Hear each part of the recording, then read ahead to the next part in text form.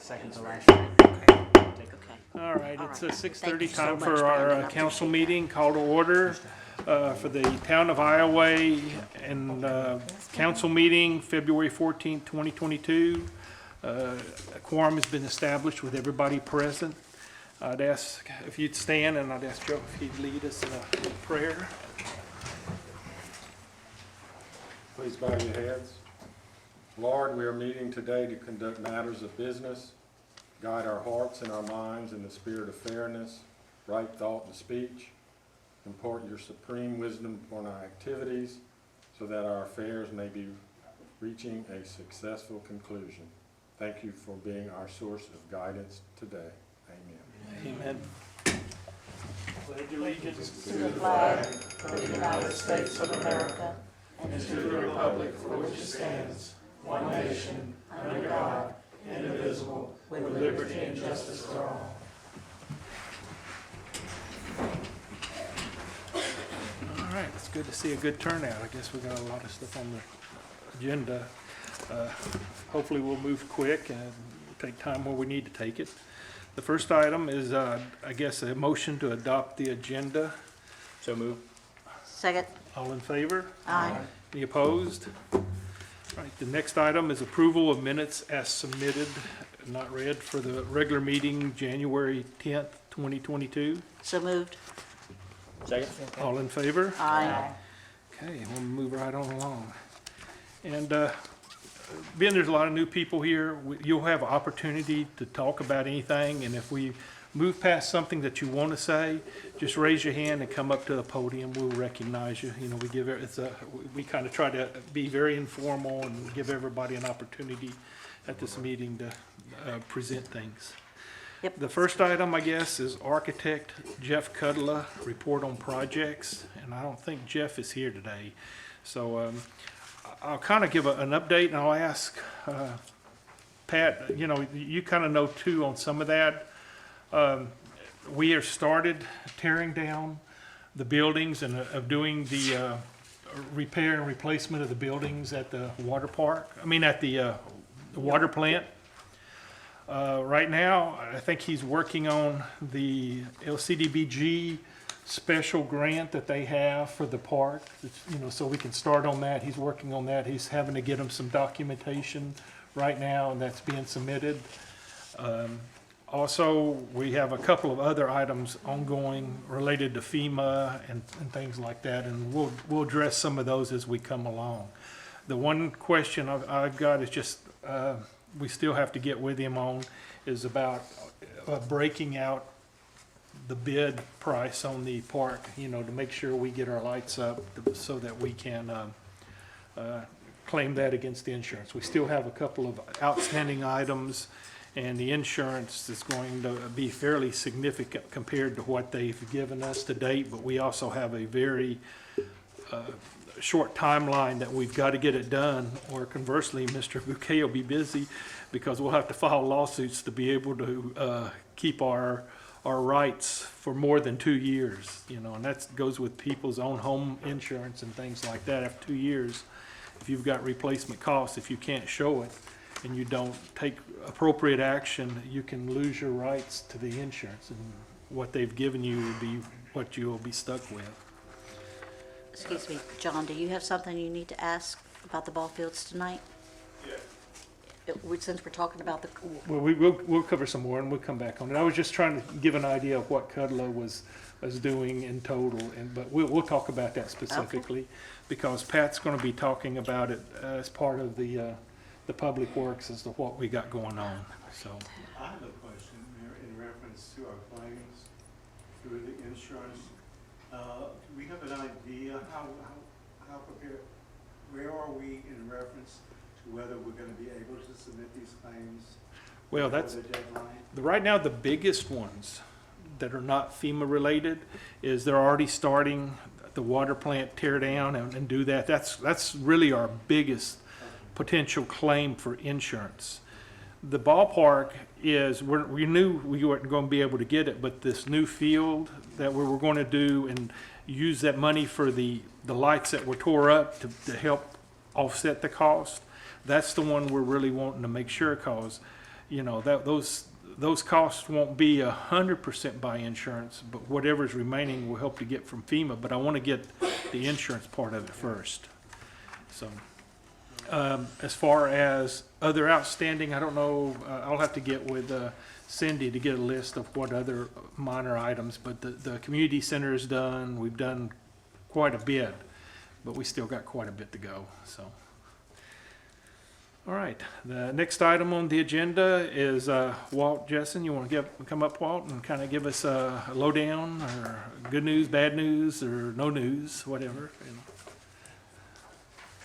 How you doing tonight? I see that y'all have on your red, so happy Valentine's Day.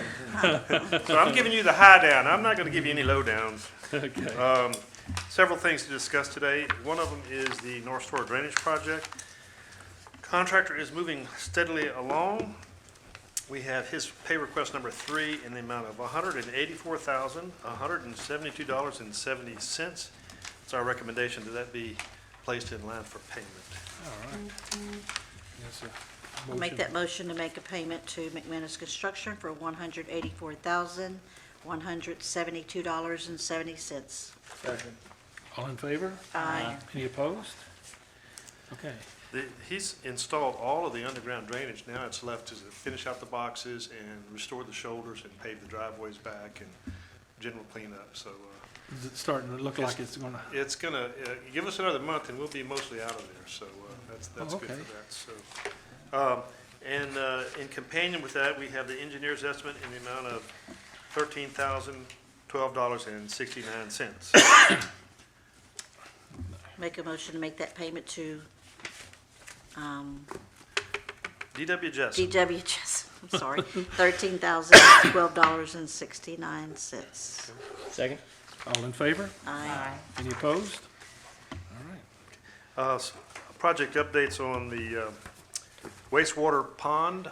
We are currently out for public bid, and we will be receiving those bids next month on the 10th. That's all the baffles and all of Yes, that sir, stuff. that's the whole kit and caboodle. That's the fixing the chlorine shed roof. It's the removing all the damaged product, putting in the new floating baffle, putting in a new aerator, moving an aerator. So it's gonna put it back together in hopefully functional, Okay. pre-hurricane loss condition or better. So two questions for you. First part, a lot of that we're probably going to try to go to FEMA and get at least some sort of assistance from FEMA, you know, because that's a pretty big dollar project. Right, in fact, we have been working with them and continually been working with them. In fact, I gave them some more information, I think about 7 days ago. They keep asking questions about what does this mean and what does that mean? But I think that we're in their queue, if you will. We've passed certain hurdles, and I guess I'm optimistic that we're going to Get some sort of get some recovery. help on that one. Okay. So, And then I guess as far as the insurance, well, the pond itself, but some of the auxiliary items, did we file any kind of insurance on, you know, any of the fencing and anything like that? I'm not aware of that, Mayor. I do know that they did check to see if certain features were covered or not covered. It's kind of one of those gray areas, but I know the fence work has been done, and that's should be part of the claim also. Yep. But the project that we are bidding out does not include fence work, new fence work, because it's already been done. Yeah, no. So we had to secure the site. That's a safety situation there, so that was necessary. Any gut feeling? I mean, you know, we talked at 1 and then it was 1.6. No, I or think we, I'm still looking at 1.3, 1.4. okay. So, but I don't know about the guts nowadays. They keep changing, you know. So Yeah, I know. you need to take Well, some antacid or something. And I guess we'll be changing the technology a little bit on that too. It's the latest technology available for that process. So in a way, it is changing, but it's still the natural, biological, which has been very kind to the town of Iowa ever since we put in. We've been having really good results. I see the testing laboratory reports are slowly creeping up on our upper limits, And that's just due to the fact that it's in shambles. And Yeah. so once we get it back together, I expect us to return to the When- honorable position. Whenever that, is part of that dredging any of that while? as No, part sir, of that it's one- not. They did a pond study and to check the depth of it, and it wasn't as bad as we had imagined. And so it was like, well, we don't need to go there. In fact, that would not have been eligible for hurricane recovery No. money because it would have been out of our pocket. Yeah, So- no, but I'm saying if we're doing it, you know, to get the optimum, I didn't know if it's something that we should do to optimize the whole system. I mean, you're already fixing to change out all the baffles, pull everything out. If you're gonna do it, that's the time to do it, Well, not, actually, this new process, the way it's configured, it makes it a little easier to do when we decide to do it. So it's opening it up somewhat more than what we had Okay. before, because it was all covered. Now it's, only the final cell will be covered. But, yeah, I was kind of pleasantly surprised that the depth of sludge wasn't as much as you'd expect since it's been in our service since the early seventies. So, it's been good to the town of Iowa, so. Okay. So anyway, we're gonna receive bids at 10 o'clock in the morning on the 10th of March. So, and then following with that, we have the South and Estate asphalt paving project. That's also out for bid, and we will receive that on March the 10th also, same time, same morning. So, it'll be a busy day. yeah, I hope so. And then just an update on the water line through the city park. We had our pre-construction conference on the 10th of this month. And Mr. John Bailey was available to come, so we were able to help coordinate our efforts with him. We did some adjustments to try to avoid conflict with the ball field kids, and I'm happy about that. We are going to issue the notice to proceed for this Wednesday, and contractors are aware to always keep a site clean and secure, for little feet don't want to go fall in a hole someplace. So, and that concludes my report. All right, we got a few things more. We kind of just to be aware. You know, we talked about the sewer. The water upgrade and the sewer upgrades that we talked about. Trying to figure out for this American Relief Act. You know what we may need to do. So if you've got any high return items, you know, in the $500,000 to $1 million range, you know, let's kind of get together because we're getting ready to start our budget process. Well, I do know that we could have another phase of this waterline looping project, which would also go to reinforce the pressure and volumes. North of town. North of town. Yeah, I think that's a big concern from our PIAL and stuff like that, trying to get that system done, so, okay. Okay, Appreciate it. thank you, sir. Thank you for coming out on I hope Valentine's. y'all all Thank you. treated your spouses kindly today. Well, I'm a new grandpa, so my wife said, I'm with my daughter, so, you know. Good night. All right, the next item, there was a request this is just a preliminary, you know, there was a request from some of our citizens on making a certain part of North Kinney Street a one-way street. We'll have discussion just to get an idea of what's going on and who's, you know, for it.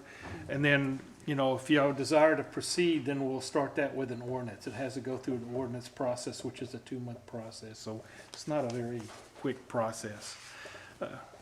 You want to talk about it? Okay, I have a petition here. It's the residents of North Kinney Street are requesting to make North Kinney a one-way street heading south to David Street intersection, meaning it would start where the car wash is, and it's going to make a curve to the right and end right there at David Street, making it one-way because they're all complaining that you cannot pass, intersect with another vehicle. One of them has to pull over into the grass or private property, be able to allow one to come and the other one to go in the opposite direction.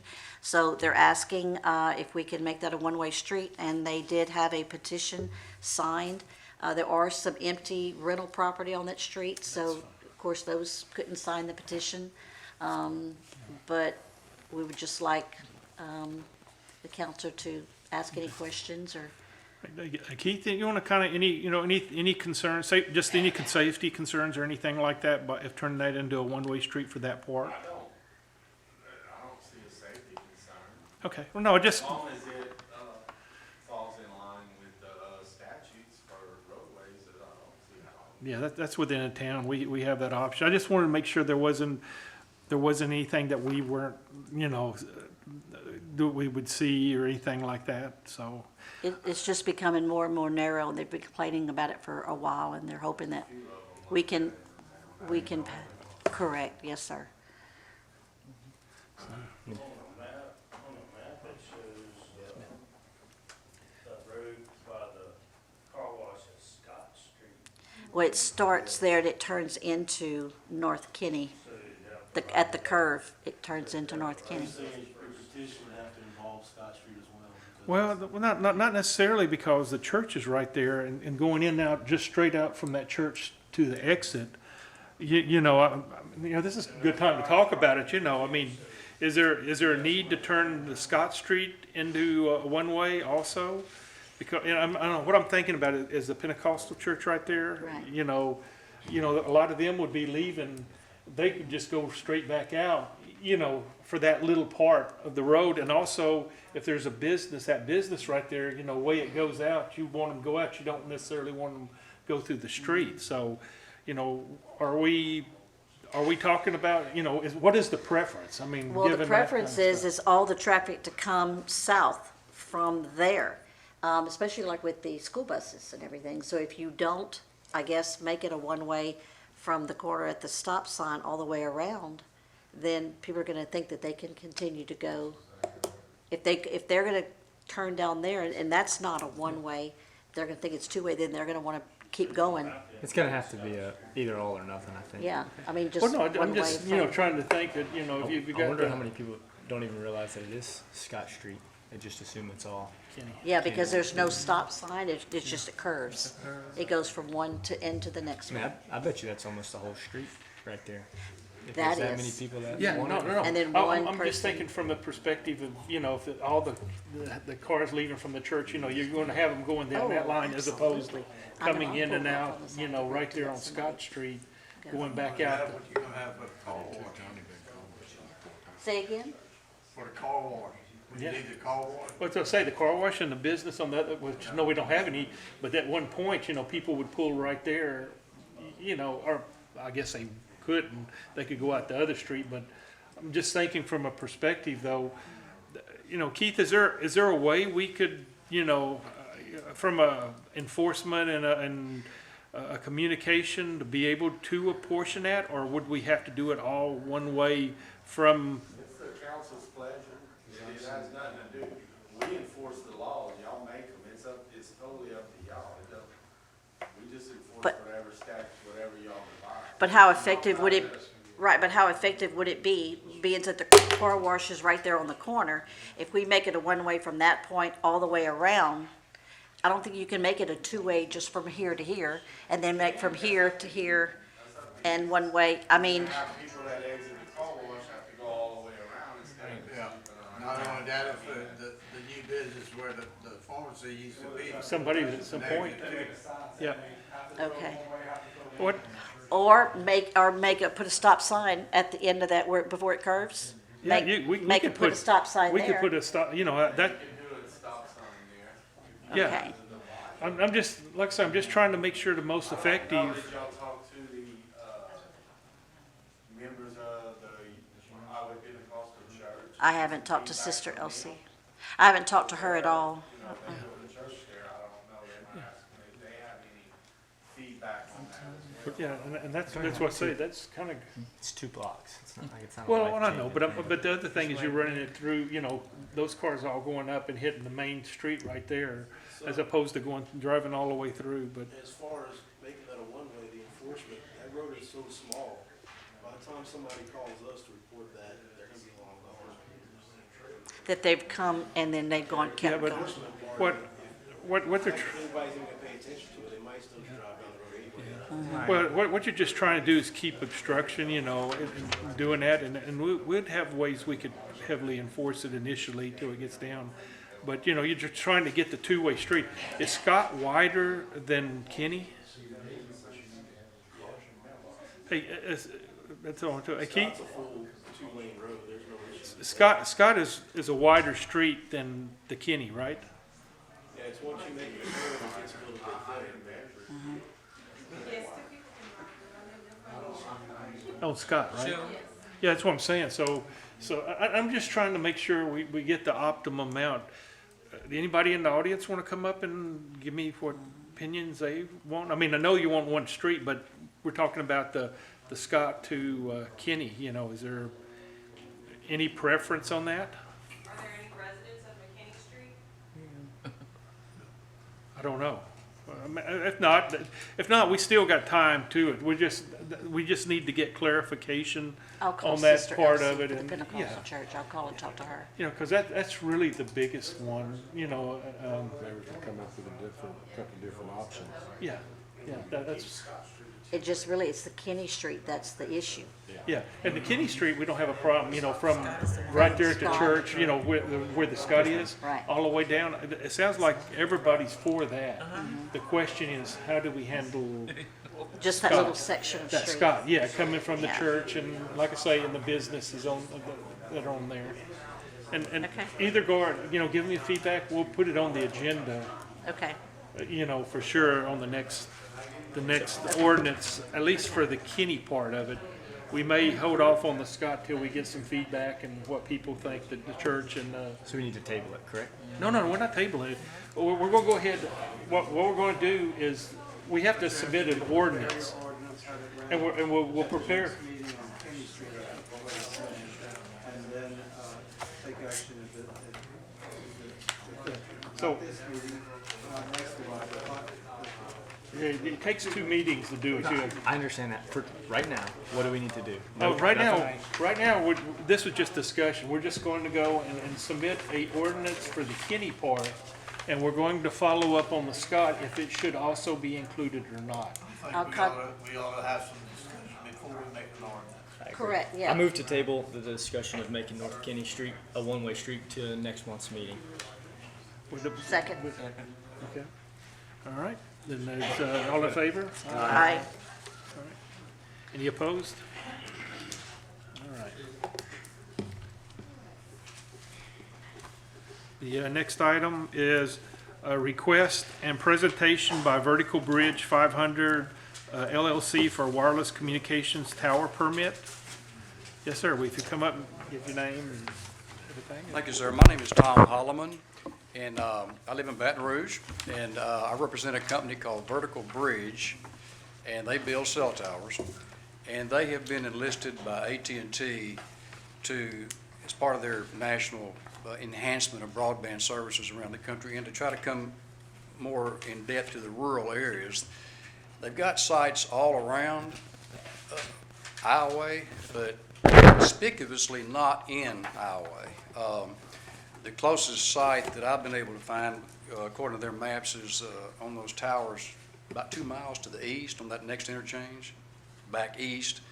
And that's the closest that they have, which kind of shocked me, actually. I've done this all over the country for 25 years, and I've never seen a town with this lack of towers anywhere around as Iowa. So AT&T really desires to provide better coverage and more in-depth broadband services to not only the school out there, but to the town, the citizens of Iowa. So they came to us in the area that they asked us to look at, because they've done all kinds of studies, is they give us a bullseye, kind of a radius, and it's right over there on the west side of town, back behind the school district property, right over in there. They felt like that if we could get a site somewhere in there, and I'm praying that Cindy provide my application, all my material to y'all. Okay, so you have, that I'll be referring to from time to time, over there, that would really enhance, that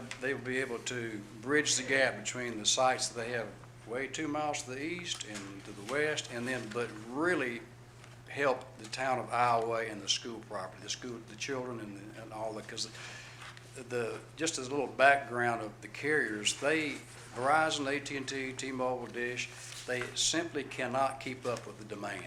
It's just skyrocketing, and the capacity and the ability to keep up with the public demand they can't keep up with it. So what they're finding out is they have to come in and provide more sites, and with the new 5G technology coming on, and it's still in the process of coming on, it's not on yet altogether. So thus the need for sites like this. So we found a piece of property in that area that we feel like is really good. It's in the packet there. It's a private property. The Duffin is a Dolphin Ball, I think that's how you pronounce it, on the property there at the end of Eli Street. Okay, and we've got an arrangement with them to actually purchase a little rectangle. No, not a rectangle. Yeah, rectangle. You see it on the survey there. 155 feet long, 105 feet wide, just on the other side of the ditch. Or maybe, actually, I think it might include the ditch, that little ditch running through that stop sign. Y'all been back there?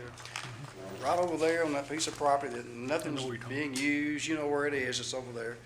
And it's, the school district property backs up to it way back on the back side. So that's where it is. Yeah. And of course, we feel like it's a good site. It's real close to town, but yet it's over there, nobody's doing anything with the property.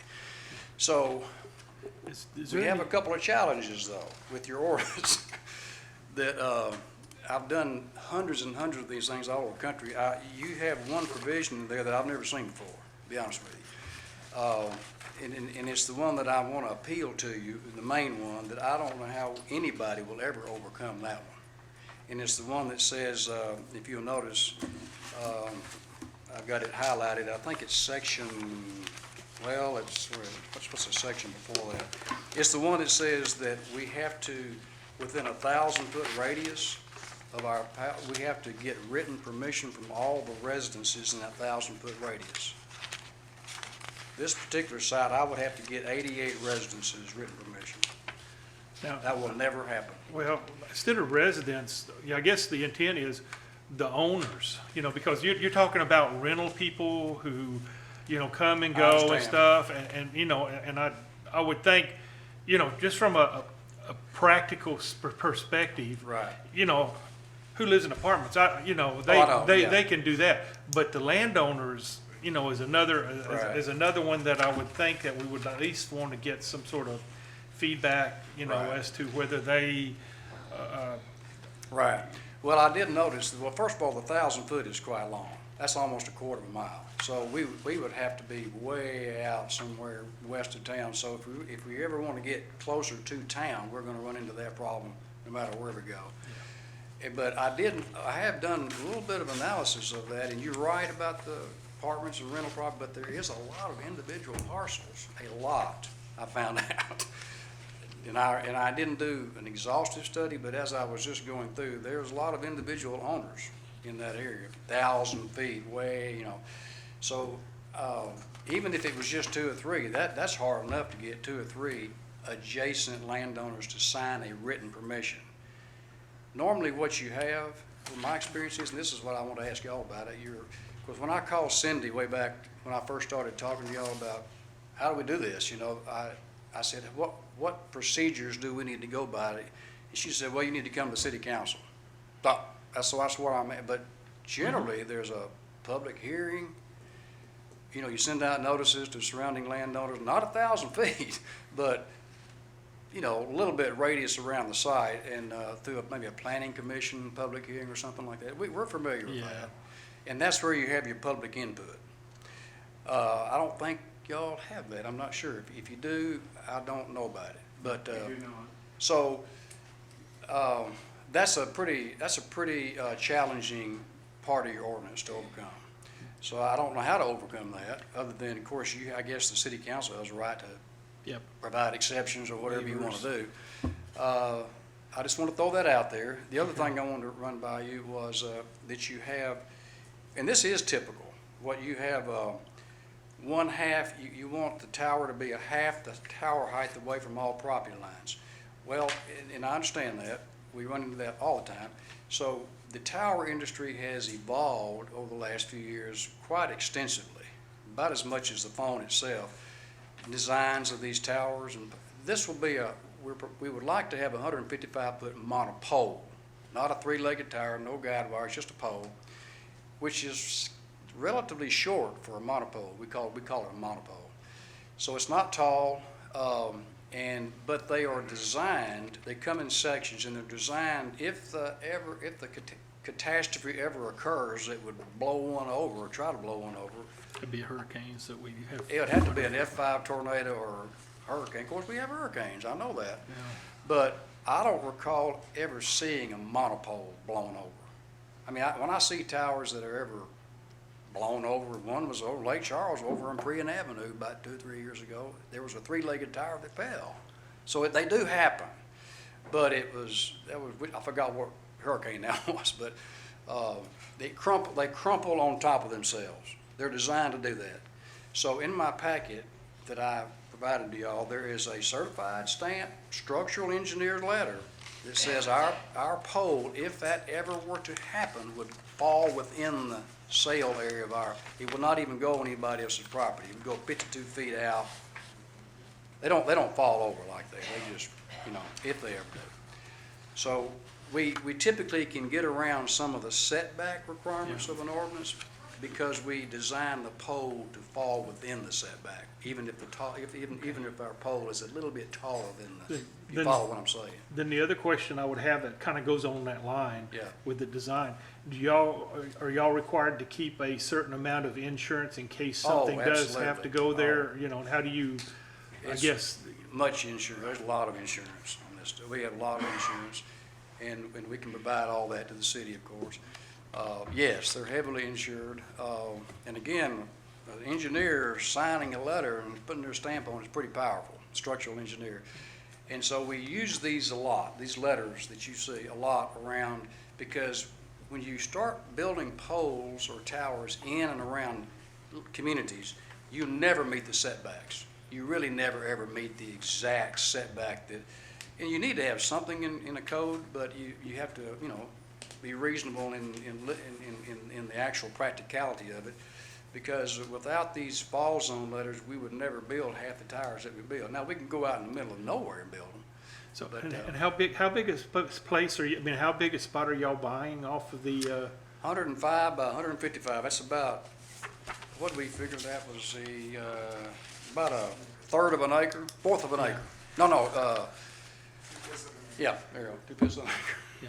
As far, is there any way to increase that just from a safety factor, say in 105, a factor of I'm gonna say 25. I don't know, I'm just kind of wondering. Well, the asking the landowner, question. this particular landowner, and y'all are more familiar with this than I am, but they have it's a big L, not a L shape, it goes like that, and they just brought in 3 trailers over there, same landowner, Dolphin Ball, and said they have more land, yeah, but they did not want to, they wanted that's excess land they had over there, and that's what they wanted to sell, and they'll never sell it to anybody else, but it's people like us.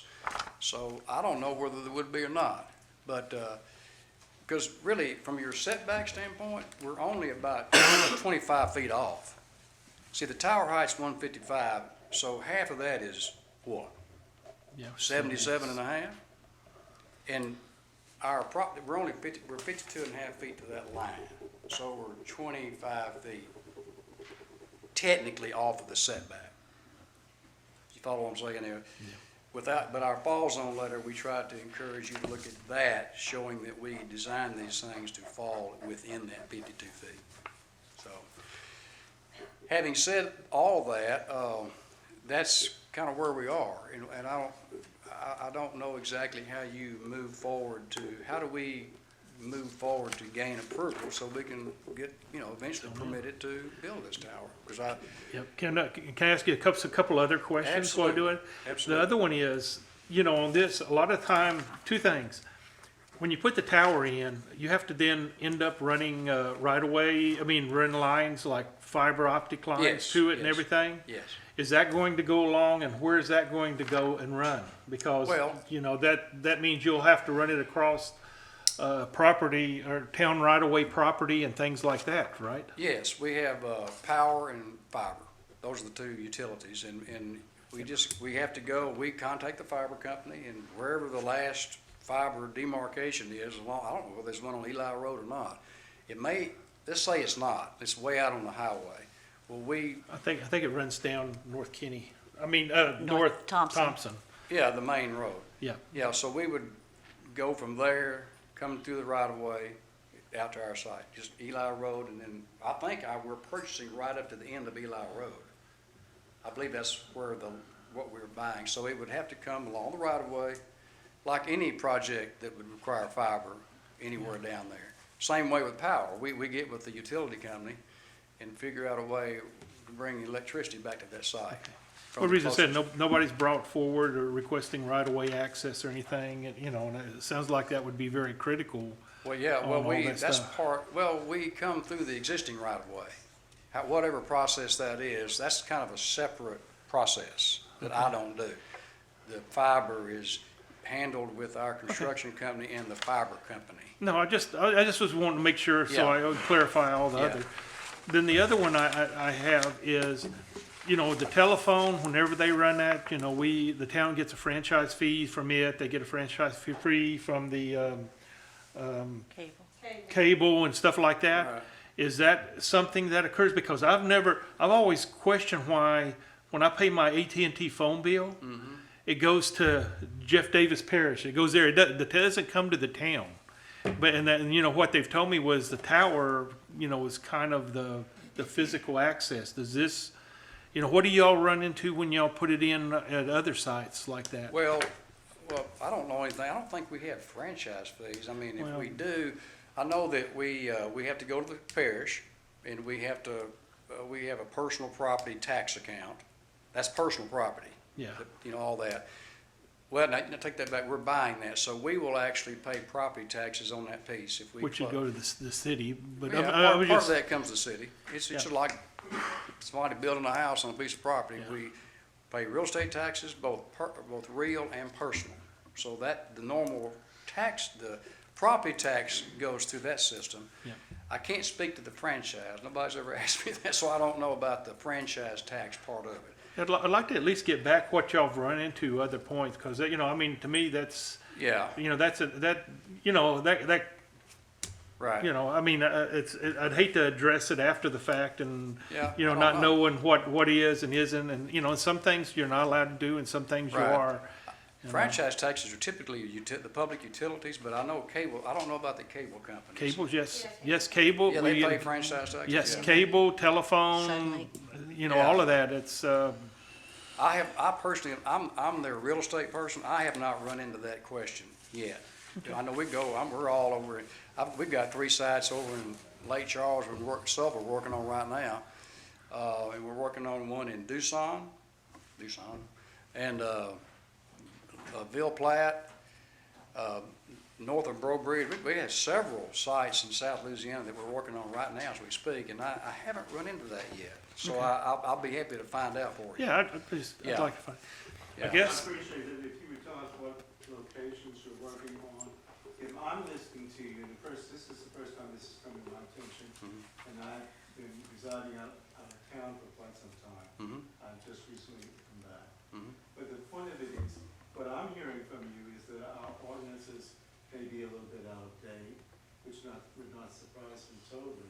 But if you're functioning and doing what you want to accomplish in Lake Charles, or in Breaux Bridge or whatever, then I'd be happy to look at their ordinances to see whether we need to address ours in a different fashion. Mhm. Because it's possible that it Mhm. needs to be updated. Mhm. I appreciate that. I really, based on my experience, that one paragraph is a problem. And that, I don't know how many times anybody's ever asked to come in here or not, but that might be the reason why there's not a tower anywhere around. I don't know that for a fact. I don't know, I honestly, I don't. Yeah, I know. I've been in town attorney for many years, I don't recall receiving the requests. For what reasons, I don't know. You mean prior to this? But prior to this, Yeah. I must have specifically receiving a request to put a tower in. Well, that's interesting that you say that because, And they've asked to place yeah, equipment on our water tower at different times. yeah, that's possible. We do that all the time, or I used to, but not, a tower company wouldn't do that, but a carrier would. And when I first came into Iowa, that's the first place I drove to. I saw that big tank sitting up there and I drove right over to it. And I didn't see there was, No, there isn't, but there's for not. various reasons, it's. Right, and that's fine, but, that's typically where you see them a lot of times. But do y'all remember seeing this map in my package? That was very interesting when I got it, when I saw that. Because although this is what the propagation map of AT&T looks like now, and you see all these red splotches where they have all the towers and good coverage, all around Ioway, but not right there in Ioway. I found that very interesting, almost shocking, really, that the closest tower that you have is 2 miles down the interstate. That, normally when you drive around, even a small town in Louisiana, there's usually a tower right out there on the interstate, or somewhere close by, you know what I'm saying? Nothing. I was, whoa. So I thought, are y'all even getting cell coverage here at all? Poorly. Well, and when I say cell coverage, that's a little bit misnomer. We're in the new era now. Yeah. Phones are important, yes. 911 is very important, yes. But broadband services is what everybody's looking for. The schools, the businesses, they've got to have, and that's where the demand is going. Yep. And you've got to have, Okay. they said, we have got to have a site somewhere in Iowa, in town. See? To move forward, so we can go on, because we still got a few other things to go Yeah, on. I know I'm talking too much. Oh, yeah, well, no, but we all, me too. Does anybody in the audience, we give, our constituents an opportunity to come up and make any comments or anything? Anybody have anything? The council have anything they would want to ask question-wise? Then, anybody in the audience? Okay, then the next item is, what is y'all's preference? That's, on moving forward. While we do have this, it looks like it's outdated and we need to update, that in and of itself is a time-consuming item, and, and it sounds like, I think we could do a variance today. well, that's what I was saying. Do we want to establish a public notice type process to give people a chance to come in and express their opinion, or just have set a date 30 days from now and give notice to everybody that if anybody has any concerns or anything, here, it may not be nobody show up, but at least we've gone through the effort and made a communication. We'll make notice on our website, of course, our video and everything. Is that something that we So want to do? we would just mail notices to the people that are gonna be in that surrounding area that you were telling us about, 1,000? Well, yeah, you can do whatever you want to do. My recommendation is, and I know I'm biased a little bit, but normally what you see is not that wide out. You don't do a citywide notice, that goes in the paper. See, what they do, they typically do a notice of maybe all the adjacent landowners right up to it, and maybe the next ones, 300 or 400 feet. That's usually all you see. Right, it wouldn't be necessary to send them out to everybody in No, town, just the no. people it affects as far as property. But when you do that, that's the letters that go out, but then Right. you also do a public notice in the paper. Well, everybody gets that. And so that's how you cover the whole community, with the What newspaper you ad. do is suggest that you really want to move as quickly as you can. Yeah. Probably the best thing to do is to put it back on the agenda for the next meeting and list it as a specific request for a variance, so that it's in the minutes and in the notice, because we put all out, we Yep. have to follow public notices for public meetings. If there's a request for a variance to our ordinance such and such, and we could, and put it that way, it would be public notice made. We just do it like we do a Yeah. regular meeting item. Yeah. But we put, what you're encouraging is, because there's some issues in our existing ordinance that they're having difficulty, so they're asking for a variance from that requirement.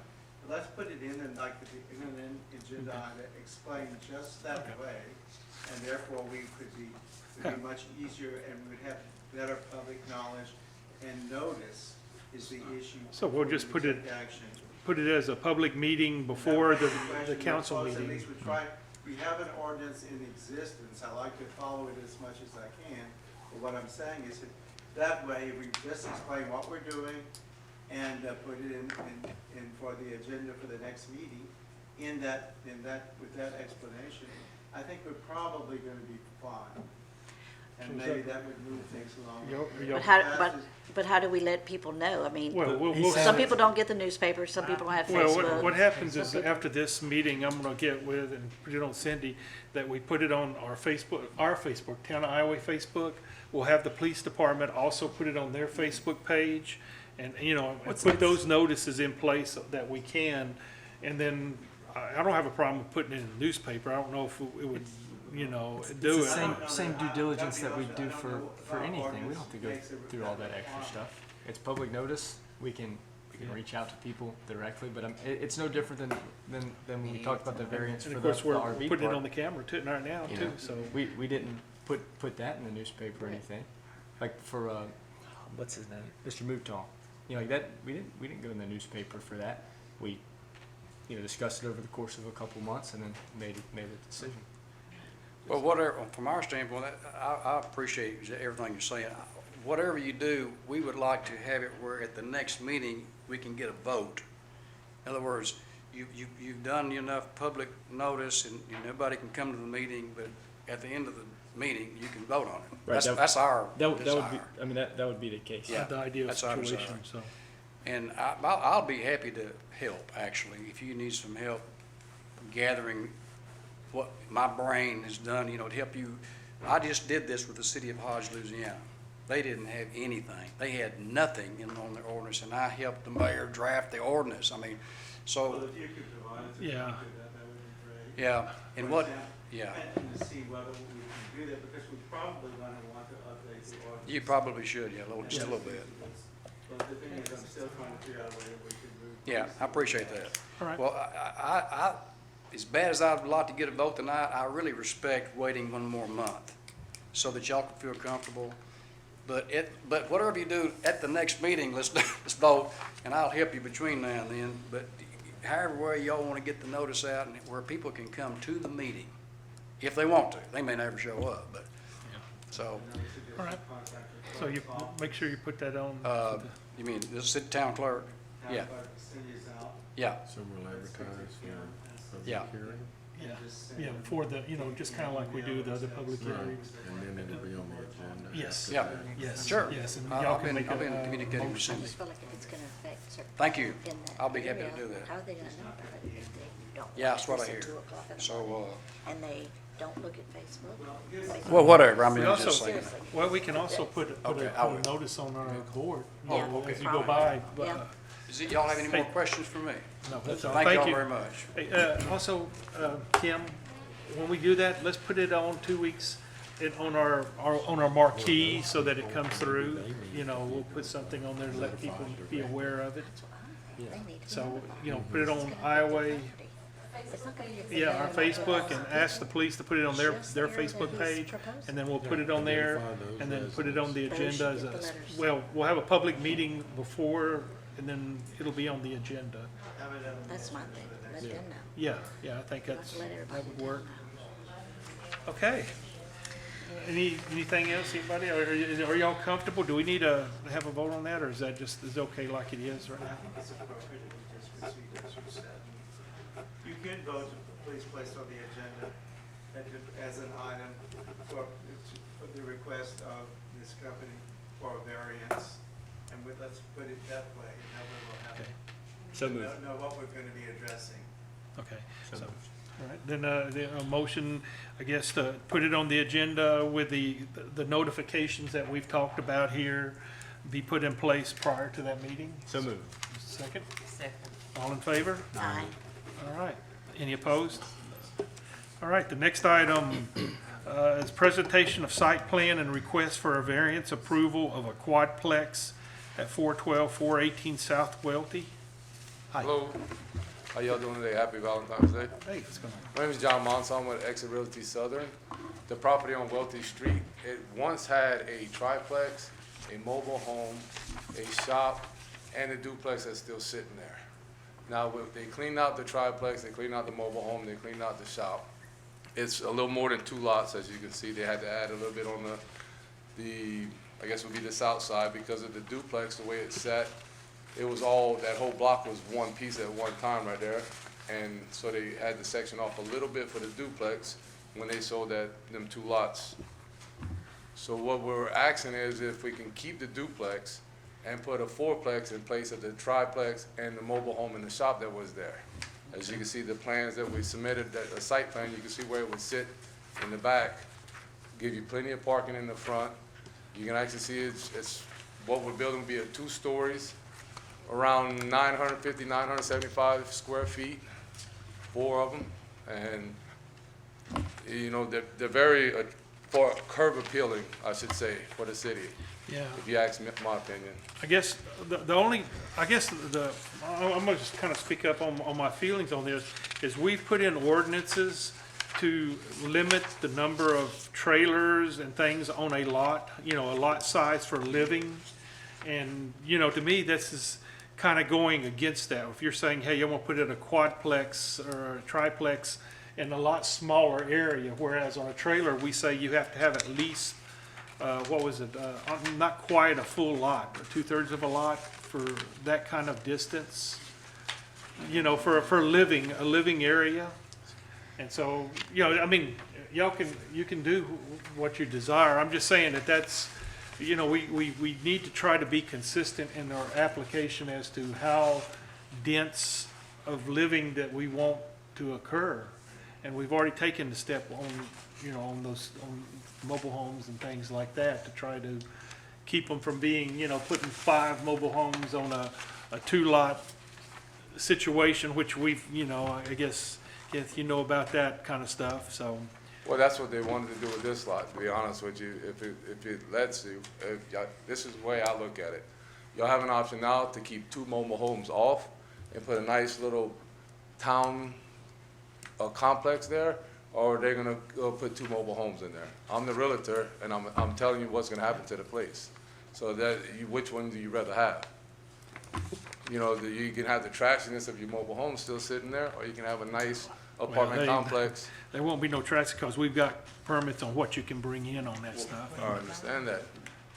So, I mean, that's y'all's, it's the, you know, the council's prerogative. All I have is I'm directing, I'm not making, I don't have a vote on it, so. So what is y'all's desire on that? And please understand, I know y'all said all these new ordinances, but y'all are crushing these people out here by doing this, because y'all turning their land value downwards, crazy-wise. Right now, Iowa has the highest land value.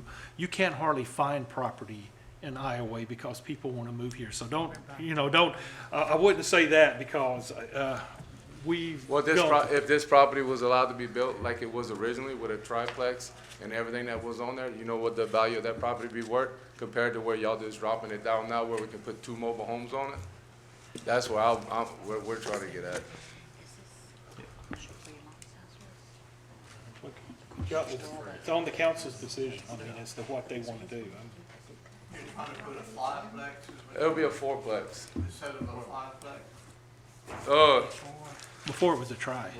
It has a duplex on it now, and the plans we presented is a 4-plex, which you can see the plans of the 4-plex right there. So what's gonna happen to that duplex? They like to keep the duplex because it brings value to the landowner. Obviously, they'd be completely redone to the code, the new code. You know, it'll be, everything we've done, the exterior, interior, the wiring. If they were to keep it, it would be completely done to code because y'all removed the electrical panel, so everything's gotta be recoded. So y'all would have all the say in that as well, on what it would look like. They would prefer to really keep it because extra doors means extra income. If you see that lot size, the way they're setting that 4-plex on there, there's plenty of parking in front of the 4-plex, and there's still a huge area of parking that on the side of on the duplex, because the way the duplex cuts into that 3rd lot on the side. Yeah, you'd like to come up and just talk, if you don't mind, just No, let please. them come up, just kind of stand up and. You know, just as the fire department prescriptive, I'd like to get a plan of this also, just to look at firefighting measures, you know, when we're talking about 4-plex and everything else, because this is the first I've heard of this.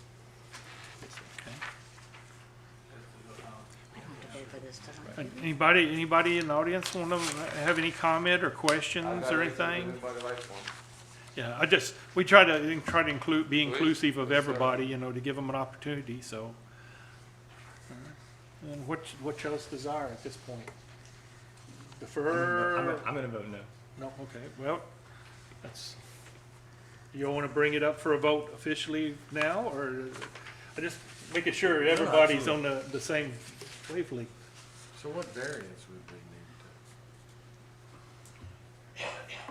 I think it's essentially it's the number of units on the On the type of smaller la- piece of property. In Yeah. other words, putting 4 instead of it being, The ordinance that was done, if I'm not mistaken, it's directed at mobile homes and campers. mobile homes. So I don't even know if you have an ordinance that you have to vary from Well, the situation. It has all the water hookups and electricity there right now. That would be So, do you want to, I want to ask that maybe we defer it, just to, I haven't had an opportunity to look at all the ramifications. I mean, we had it, but we really didn't think about, what all was going on. And I'd like to get y'all's feedback, while we're looking at it, just to make sure we're consistent in our application of things, Yes, sir, understand completely. That may be appropriate, Mayor, because actually I just looked at this yesterday, and I've been out of town. I was in Houston for family reasons. But if we could, if you wish, we could maybe suggest we defer it, have an opportunity. We may have to take it up at the next meeting. Yeah. And give a closer look and see what we're getting. I'm not sure what variances we might be granting, grant this, and look at it a little more closely. If that's the wishes of the council. I'm gonna vote no next month as well, so whatever you guys. do we want to let everybody have a chance to go look at it and then put it back on the agenda for next Yeah, month? And we that's can kind vote of what, at that point? and you get feedback too, because, I mean, this is in a residential area too, to get feedback of what they think too, because I know that some people have, in the past, had some concerns on some of the other things that have gone in and not even known about it till after the fact, so. So now you vote no on the fourplex completely with the duplex there, or fourplex and then duplex being removed? Either way, I'm voting no, either one. Can I ask why? Sure, so the first part is that you come in here and that you say that we're crushing these people, and that you say that there's trashiness of mobile homes. You know how many people in this room live in a mobile home? No, I'm talking about, did you see the spot before? I did, And that was very absolutely. trashy. And And that's a this big- council argues an We- awful lot, and there's some good people around here, Yeah. but we come down on the So same I page. grew up in a mobile home my whole life. Yeah. Let's refrain from. But that's a no for me. It's not this directed. Yeah, and the And I other, apologize if I Yeah. offended you in any way, Daniel. I and didn't mean it to come off like that. okay. Obviously, I grew up in a mobile home my whole life, Yeah. so. Yeah, and then the thing is we are aggressively, this council and this administration we are slamming people, trying to get condemnations, which did not occur before the hurricane. We are taking aggressive steps trying to do it. In fact, we've got some tonight. So, we're trying to straighten up and make our town look good. I understand. If you just give us an opportunity, sometimes, let's put everything together as we all come in and have another meeting. And, maybe there could be compromises. You know what I'm saying? That, right now, I'm not familiar enough with the ordinances as it relates to quadruplexes and things like that. I know we've had some in the past, and there's been some concerns because of some issues, but I just want to make sure, because Mr. Bouquet's my legal guy, he's going to look at it to make sure and let us know what we can and can't do. That's we'll follow out whatever he says we can and can't do. If we can't do something, there may not be anything we can do, but we need to understand that up front. I understand completely. And we'll put it on the council meeting for next month, as the revisit it, if y'all are acceptable to that. And then, we'll make a final, at least we're making decisions based on what the ordinances are or not. We really need to research that really close and make sure, not only ordinances, but there are other issues, legal issues that could affect, that we just need to understand before we can make a good decision. I'll dig through it again, give it to Mr. Bouquet so he can review it. If that's acceptable to y'all, I mean, is it, and it still makes a statement, we don't approve, but at least we're doing it on an informed basis, and right now, I don't know absolutely one way or the other, and I want to know for sure what the absolute, what our rights are, or not, just like the grandfather thing, we came across a while back. It's, we make decisions based on what you're allowed to do. And Mr. Daniel, I apologize if I offended you, but the town has pushed that y'all do not want mobile home parks or anything in your city, obviously because of the curb appeal that it brings. And this right here is not a mobile home park. I was actually trying to bring a better curb appeal and a community to your community as well. So would the, just as a question, would they consider, if not 6, but 4, over the size of the, the land or something like that? That's what I'm here for, to see what y'all will allow us to have. Obviously, they prefer, my investor would prefer to have the duplex and just, if he can, he's not even sure he can save it. It's not even a sure thing, but if it was possible to save, he would like to go in there, bring it up to y'all code and save it, Okay, if it's possible. all right. All right, well, we'll take that then under advisement, and we'll bring it up this next meeting and have a more definite answer at that point, if that's okay. I appreciate it. Yes, That's all sir. I can ask. Thank you. Thank you. Yes, sir. Anybody here? Okay, the next item on the agenda is talking about condemnations and everything. I guess I'll defer to you, Mr. Crooks, the officer. Kind of bring them up and tell us what we need to do. 410 Sherman. Hello. I talked to you 2 months ago, y'all were busy. Yeah. Maybe on extra months. We came to the next meeting and nothing was discussed. I believe last week I was off with COVID, so I went right there. It's okay. So what's the status? I mean, is anything being done at this point? So we had a contractor that was leveling the house. He got paid in increments, and on his last payment, he hasn't shown back up. So now we're in a situation of deciding, are we gonna continue to try to contact this man? His phone is disconnected. Are we gonna pay somebody else, or are we gonna go ahead and just tear the house down? So that's where So we're at. are you looking to tear it down or refurbish it? We're currently discussing what we're going to do. We haven't made that decision.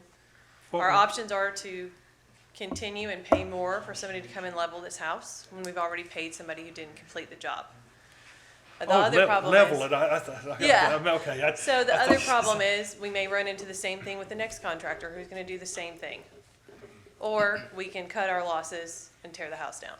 We haven't come to a decision, Okay. but we're gonna continue to discuss it and decide.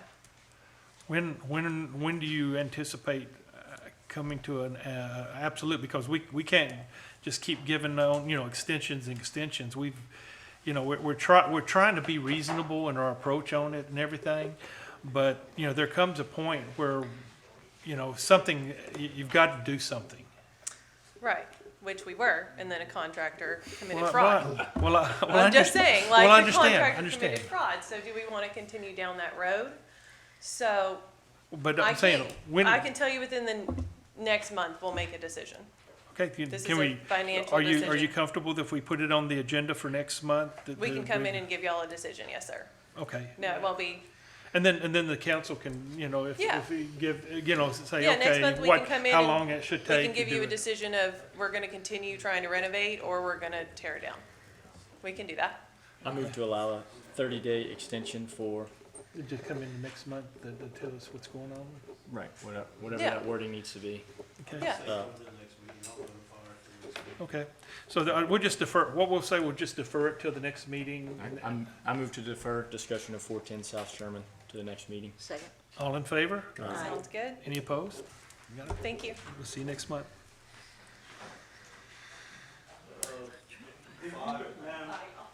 Ma'am, could you report this to the police and to the district attorney's office? So it's my understanding that it has to be more than $5,000 to report fraud, and it was $4,500, so I don't know if you did that on purpose, or,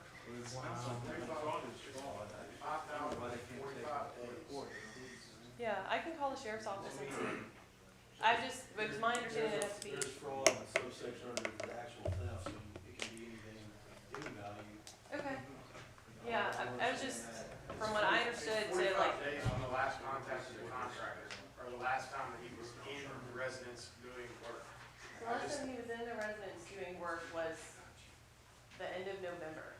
and we've been trying to get in contact with him since, but his phone is disconnected. You paid him in a prepayment, His name is Josh Reeves.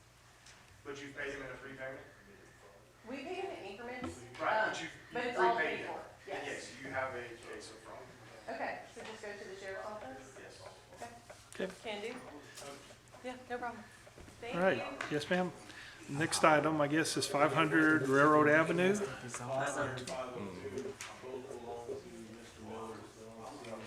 Mr. Wilfred? So he's not here, so the question is, what was the last thing that we established on that? Wasn't The it? last time we discussed his case, I believe Mr. Natale was offering assistance to help him tear down his house. But how many There months ago? has been a little bit of progress with it, but he has a lot of stuff inside that he believes he can save. He wants to store it before the building's torn down, which is why he hasn't completed the project. How many months did we give him from the Yeah, initial? we've given him, It's a lot, it's just so He's much. had a year that we've been working on the project. all right. Well, and we're not really seeing any significant process. So what do we need to do, Mr. Bouquet, on this? It's, you know, we give an extension and, you know, I think the next meeting, I have to give him his final notice to show up for the actual decision here. Does he live in there? He has a little camper.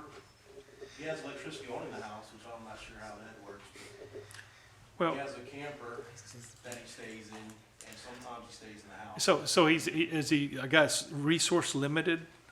Because the question is, and Kim knows, we're fixing to meet with the Mennonite again that has helped and is trying to help. They've got a process you put in, and they come and help tear it down. They'll also help build at, you know, at no cost to the homeowners. I think he has help offered to him, and from what I'm told, he has property out in the Blue that he can live on. He has assets. He doesn't wanna get rid of anything. He's just trying not to get rid of any of his property inside those houses. Well, no, but we have had deadlines and it's come up. It's time that he has to do something. And we need to force our issues as a town. I mean, unless y'all disagree, I think you know. we take, give final notice of condemnation and set the hearing. We have a set condemnation hearing date, proper notice for condemnation, and that would be, Do you want to do that at the meetings like this, or do you want me to give him a special date? we can do it on the way. I What's your- haven't thought it through yet, that's how we would want to do it, but maybe we should do it at a meeting, a regular meeting, so we have the council here and we don't have an Let's give that some thought, you and I put our heads together, and we'll go ahead and do that. But I think what we would need is a vote by the council to proceed with final condemnation and appropriate notice to the property owner Okay. to proceed with condemnation. So- I guess is how it- Kim, has he been in contact with the Mennonites, or do they know about his? No. No, I don't, talked to us at all. he had his own, that's what it sounds. help is what he's saying. Didn't he come in and ask for a building permit for a storage building or something? Not to my knowledge. It was, I think it was last week, somebody told me that. And the thing is, we will, He wanted a demolition permit. did mention that. hey, Kim, can I get you to try to contact him and get him in contact with the Mennonites? a good number for him. I'd have to send someone to his home. Well, that's, you know, We it's- can catch him at the crossing. go, get with, Retired last week. get with Brandon, you know, to go. I don't want, you know, somebody go by itself with him along with it so that he can be, you know. So as far as, I guess, a motion to go ahead and start the process, Proceed with condemnation. okay, can I, Voting to condemn is what you're doing. okay? And then we do the appropriate notification to the property owner, but this is notice of condemnation. We've played with that, but that's not what we've done before. We're taking a motion to actually condemn the property. And we set appropriate hearing, we said, we have to send a whole another set of notices for this meeting. And again, if they can come and proceed at the meeting and he can explain whatever his situation is, but you're voting to take condemnation action at this point. Okay, so the notice of condemnation is kind of like a pre-notice, I mean, a pre-thing? Or do you, is it the actual Well, I think we're taking the condemnation? final step for condemnation is what I'm saying. Yeah, so, when I notify him this time, it's gonna say that the council has condemned your property. And if you can't present action in a Okay. timely manner, we're gonna tear your building down for you. So we need a motion then at this point, a motion for final notice of notice of condemnation? Yes, sir. Okay, can I I get move a, to proceed with condemnation at 500. send a notice of condemnation, okay? What's the exact wording? 500 and 502 Road. Okay, second? Second. All in favor? Aye. Any opposed? Okay. Then the next item, I guess, is 110 North Thompson Avenue. That's CJ, he ain't here either. That's at the corner of First and Thompson, the barn that had collapsed behind his other buildings. He's been kind of cleaning it Cleaned up. and organized it, but it's kind of just sitting there now in an organized pile. What do you, Mr. Bouquet, what's your feeling on it? I mean, you're right there, you live right down the road, so if anybody's got a vested interest in wanting things done. I noticed I thought you're right, it was all organized and a mess. So just to ask him. CJ. What do y'all want to do? I mean, council, I mean, at this point, the actual building The building is gone. It's Yeah, he's in cleaned pieces, up. So so it's, actually, at this point, I It could is probably only close filed. this case and I should proceed with him to clean up the property. Yeah, that would rather be than a maybe condemnation. Okay. because the building is down. yeah. But how long do we give them to clean it up? Well, Well, it'll it's a step at a he'll time. get a 15-day notice to start with. If he doesn't, he'll get a citation and it's 3 months to his court hearing. Okay. And then, So then a motion to close out the condemnation process on this and begin with the ordinance enforcement of clearing the property. junk storage ordinance. Okay. Are y'all comfortable with that? Yep, Have a motion in, we'll, I'll make that motion. second? All in favor? Aye. Any opposed? All right. Take last one. 506 West First. Anybody?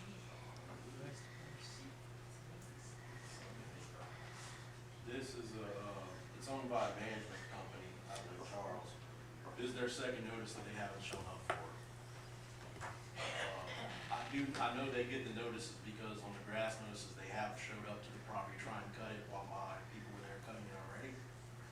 So they do receive their notices and they do respond, they're just They haven't late. responded to the condemnation issues. So do we, that's another one, then I guess we go to final, notice of condemnation? It's a very dangerous building. It's open to the public, the kids in the neighborhood around can go there, get in trouble, it's falling to Then pieces. I move to proceed with notice of condemnation, 506 West First Street. Second. All in favor? Aye. Any opposed? All right. Well, thank you very much, Brandon. How many we're gonna have next month? It'll be around between 5 and 10, it won't be. Okay. Well, no, that's good. We're making progress, I guess, and stuff. All right. Said all the ones for Tesla properties, I'm gonna combine them all together and contact his representative What? and try to get them all sorted out at one time. What's going on with all of Gene Augustine stuff? Oh, that's Tesla? Okay, I didn't know, okay. All right. There's quite a few of them, he doesn't show up to his hearings. Yeah, Served him with a citation and showed up to court, so I mean, okay. That's good. We'll get them all on Can there. I ask if one of those properties is the one on, not the dead end, but I guess on First Street, past the The school? back. there's 100 block of Sherman. All the way when you make the curve? Is it one of those? Good. Yep. So, all right.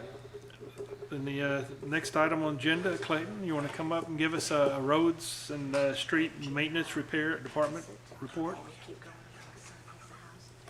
Good evening. All right, we've got all our mowing equipment ready for this coming season.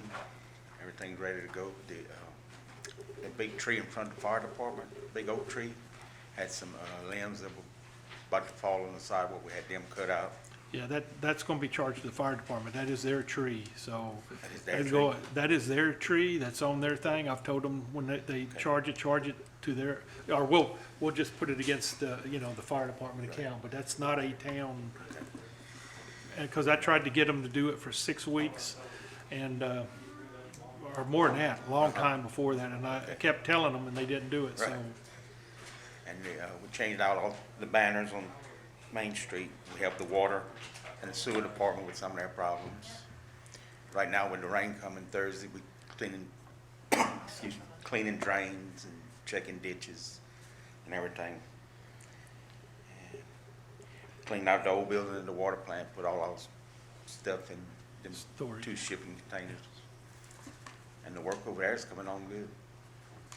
So I guess we've gotten the road, the potholes done generally. Are they fixing to do another round of potholes? Or are we pretty much caught up at this We're point? pretty much caught up, and but there's some more popping up, so we'll have to do something pretty soon. Okay. And look at First and Second Street, Third Street over here. You know, we're getting ready to start our budget process. See which one's the most, I want to say, likely candidate, or where do we get our most value for our money? Which street of those I would say should we First. repave it? First Street? First, Yes. first. West or east? West, West. yes. What, does East need it too? No, I'm I asking. didn't think so. I'm just West asking. first, I'm sorry. No, Because east no, is where the school's at. Right. Okay, yeah. Yeah. So, no, I'm trying to, we're trying to do it piecemeal. We're getting those south of town and getting north of town. Thank y'all. Yes, sir. Thank you, Clayton. All right, Pat, you give us a water and sewer department update Okay, it's been a relatively and park. good month from that perspective. We've got about 24 more meters that we changed out. From a sewer perspective, really not that big of an issue. We had a 25 horsepower motor at the aerator that we had to replace because it wasn't taken care of properly through the years. But other than that, from a water or sewer perspective, it's been pretty quiet. Yeah. One of the things is we're running into, and I'm just saying, I know of at least 4 times where the roots have started taking into where it goes into the main lines. We've had to dig up at least three different places and pull them up, and it is a town cost. We probably need to figure out, put that on some sort of long-term PM of starting to dig those up on those old, I'm just saying, instead of, Paul, you will be digging up every house in this neighborhood. well, I in know, this but town. we got to start somewhere because we're digging up right now and doing it over the weekends and things like that. Is there anything we can run or that maybe that can cut those roots out without having Not to dig without up? damaging the lines that are in there. The lines are so old, we'll do a lot more damage than we do good. Okay. Honestly, I think we're better off just waiting till we have the problem and addressing it as we come. Okay. All right. Well, there's been a few people to discuss about backups and things like that, and we're trying to do our due diligence, and it's very hard with older lines, trying to see if we can get a jump on it. Can I discuss a couple other things while I'm up here? Yeah.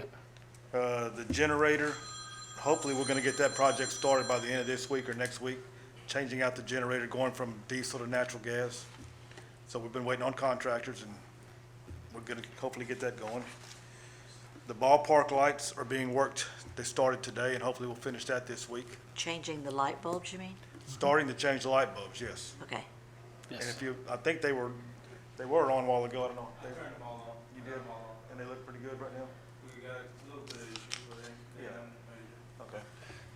it. Okay. Talking about lights, did y'all fix the ones on the tennis courts too? There were a couple of them that were burnt out the other day whenever we did. Clayton had called, I don't know if it's the same company or not. I don't know if they addressed it or not, Paul. Oh, I'll check. but yeah, it's been out for about No, I know. 3 months, and I just wanted to make sure we keep those on so that people, I'll find out.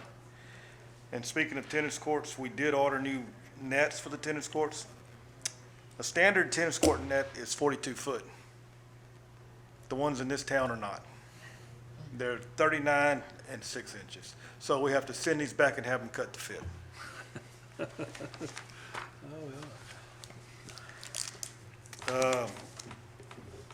The town bought property on the corner of Highway 90 and East Field Brick. We're in the process of getting that demolished. We went out for bids, got everything in place. We're waiting on CenterPoint to ensure there are no gas pressures on the gas lines. that's the police station. Okay. That will be done soon, I hope. Or 90. And then there's been discussion about a sanctuary garden right here on the corner. That's talking about the park, we were gonna put in like not for play swings, but places, you know, that we were working with the garden club to be able to put in, you know, maybe a picnic area and, you know, different kind of plants that are native to Louisiana. We're real restricted on what we can do. That was donated to us for that type of thing. Yeah. We've had the debris on that piece of property picked up, and that was for free. Right now, Elsie's going out for bids. There's some trees that need to be trimmed. There's actually one that's hanging over that building. Yep. That's not in good shape. Go ahead and take it out. So we're working on that too. And there's a fence that runs along the south side of that property. We found out that does belong to the town, not that other property. Yep, trying to, like I say, we're trying to get that organized at some point. And that's something that she's been working hard on. And working with the garden club on that too, you know, it's part of the civic. That's it. Okay. Any questions? Thank you much, Pat. Thank you, Pat. Appreciate it. Keith, you wanna give us a update? Good evening. All right. Like to request a recommendation or a motion to transfer Laura Talbot from part-time to full-time dispatcher effective 1/14. So moved. Second. All in favor? Aye. Any opposed? Thank you. Our stats, 30 offenses, 458 citations and tickets, 8 traffic accidents, 1 with injuries, 4 arrests, and 282 calls for service. That's pretty much our stats. We did have a homicide.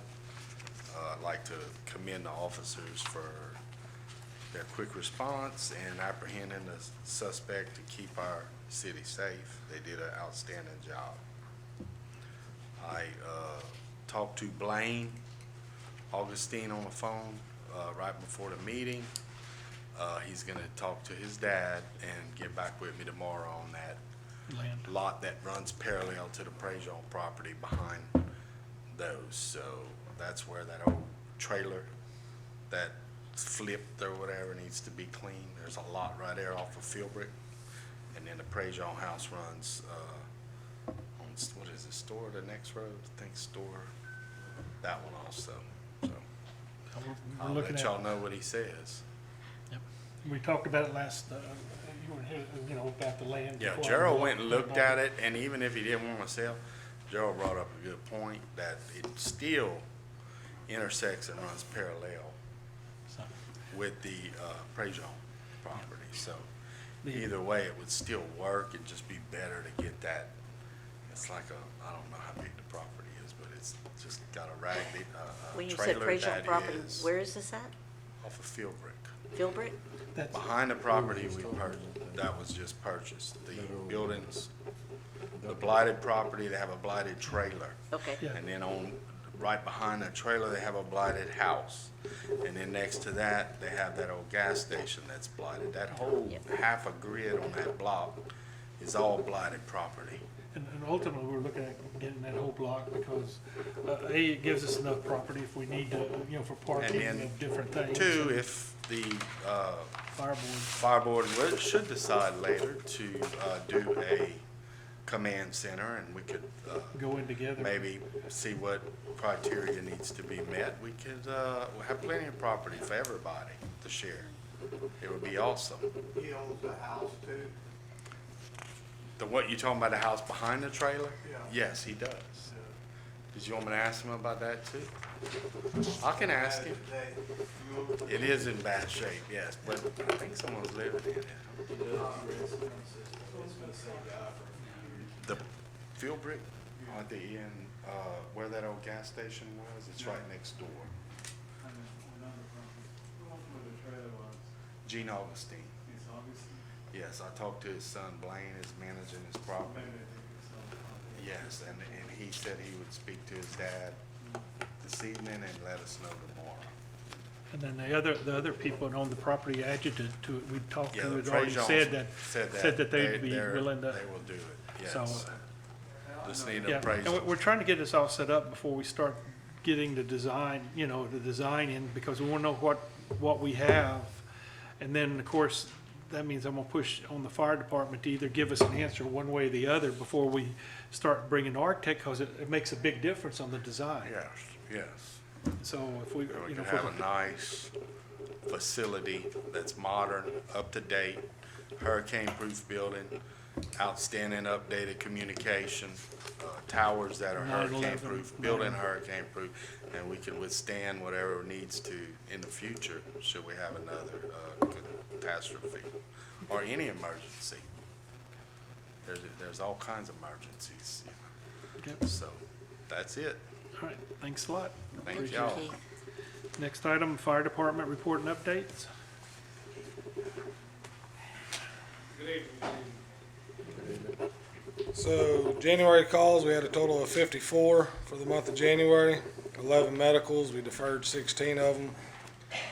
We had 6 crashes, 4 I-10 crashes on the interstate, 9 fire alarms, which 5 of them we gave mutual aid to, 2 false alarms, 2 structure fires, also gave mutual aid 2 times. No vehicle fires, 1 trash fire, 1 trash fire, 1 grass fire, 1 power line arcing, and 1 service call. And then also, I'm sure everybody got the notice, but starting tomorrow morning at 8 a.m., State Fire Marshal's office declared a cease and desist order on all burning for the state of Louisiana right now due to dry conditions, and fire departments have been running nonstop due to grass fires. So as of 8 o'clock tomorrow morning, if y'all want a copy of it. I didn't know we'd been that dry. It seemed like it never turned. Just today alone, the Blue Fire Department ran 3 grass fires back to back, ended up having to call out Lake Charles, Jeff Davis District 5, Ward 2 Fire Department, and Cameron Parish to help assist with these grass fires. One of them was about 300 acres, and it got into the woods. So, yeah, it's pretty dry out there. And I guess, as far as, I think we got, you gave me the hydrant Yes. repair, just to Also, let the council know all about. the hydrants have been tested in the town. I think it's a total of 215, 218, something like that. There was 3 of them that were inoperable. Everything else had fair to great pressure. We do have a couple ones that are on the lower end of scale, but it's still in range. They are all marked with either a green ribbon, orange, or red. That tells us per NFPA what the water flow is coming out of it. So when we do have active fire, we know which one to choose from if it's in the area. So is most of the low pressure north of town, or is there any certain area that just seems to be? Yes. We got some on Highway 90 around Harper area. I got with Mr. Pat also around J.I. Watson. That is an 8-inch line that runs out there. The water pressure is not quite what it should be, being that it's an 8-inch water main compared to what it is at the VF outlet. So is that a pump issue, or is that a No, line we're issue? thinking there just may be a valve closed somewhere along the line. He's gonna get his guys to look at it, and, if they do find a valve closed, them guys will come back at no charge and redo the flow test on it. Fantastic. Bring us up if we need to. But, Mr. Pat has a binder with all the hydrants in it with longitude, latitude, addresses, and so does Mayor Hess. So, If y'all wanna look at that If you also. wanna- I want to look at it real quick. It, I It guess- tells you everything they checked on it, what brand it is, if it had an age on it, the age of it. Majority of ours are, I'd say middle age, but they're still operational. Now, you'll see some of them. There is one on Highway 90 that we need to get with Energy because they put a power pole right in front of our steamer cap, which is our 5-inch Storks connection for our 5-inch hose to hook into. So that's something I gotta get with Energy about. moving their power pole out in Yeah. front of that steamer connection.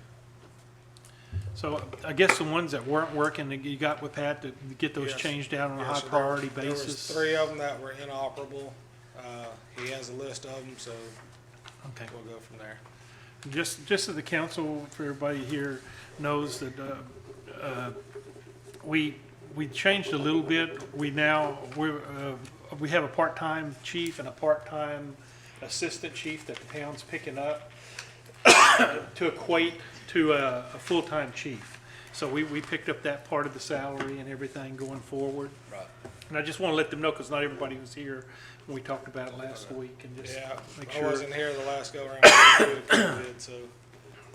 So, and then, the other options is they were going to hire part-time people, and we'll, you know, even though the joint service agreement says full-time, you know, from my perspective, you know, the town will pick them up, and as long as we're being reimbursed for them, whether it's in the joint or not, I'm not gonna go and redo the joint services agreement just because of part-time versus full-time. Well, I guess just looking to see what the term of it when it comes up.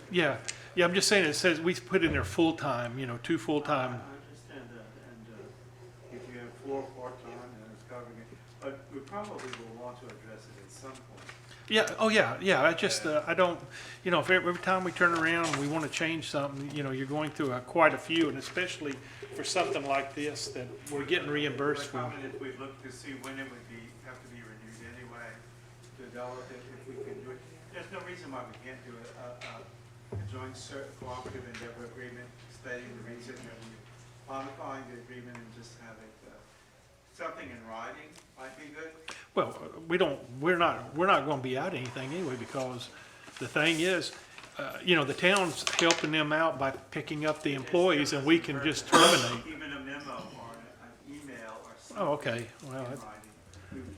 Both parties are in agreement for this, at least on a temporary basis, would be helpful. okay.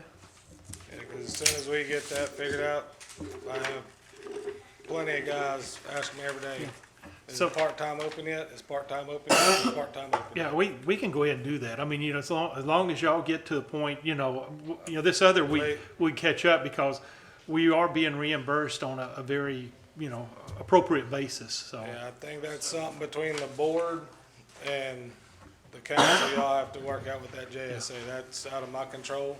Yeah, no, I'm just saying, we're welcome to pick them up. It's y'all, when y'all ready to pull the trigger, just let us know, because So, that's, so to make this proper, I guess, or legal,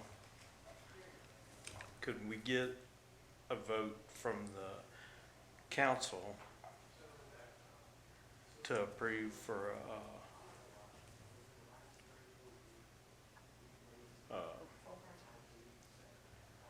well, you don't need a vote. The employee part of it is a part-time. yeah, but I mean, so we give y'all give us a vote that y'all gonna agree for part-time employees. We'll give you in turn in our meeting tomorrow night. We'll give y'all an agreement that we're in both agreement, reciprocating agreement Yeah, that we're acceptable for you. part-time Yes, you employees. could have, I guess, will we adding something to the agenda? Well, I mean, you know, honestly, Mr. Bouquet, I mean, it's within my purview for employees, and you know, and if we're saying, you know, I'm substituting four part-time for two full-time, as long I as, just said that we need something in writing. yeah, So we'll do The that. point of it is, if my understanding is, there's no objection being raised by any of the council members Y'all to go into comfortable with a situation where they do part-time employees as opposed to 2 full-time employees, and the council has expressed no objection to that, in the sense that if you're in a position to do that, and what I would suggest, you simply confirm in writing that that's what you're doing, and submit it to the mayor and the council. I wouldn't like to have it modified or addressed if this becomes a long-term Yeah. stance, Well, but for these purposes, I think that you got what you need. Yeah. And we wanna, So basically, because I don't have a specific agenda item that we yeah, put in the vote on, but they're voicing no objection to going to this because of the need, the necessity for immediate need. yes. And they're having no objections. It is the wishes of the fire board to go with this for this time period, to proceed because we have an immediate need to have help, and the right way to do it is by by part-time employees, and they vote to do so, you're okay. So, I mean, and what Mr. Bouquet is saying, y'all don't have any objections? Anybody don't have any objections to that?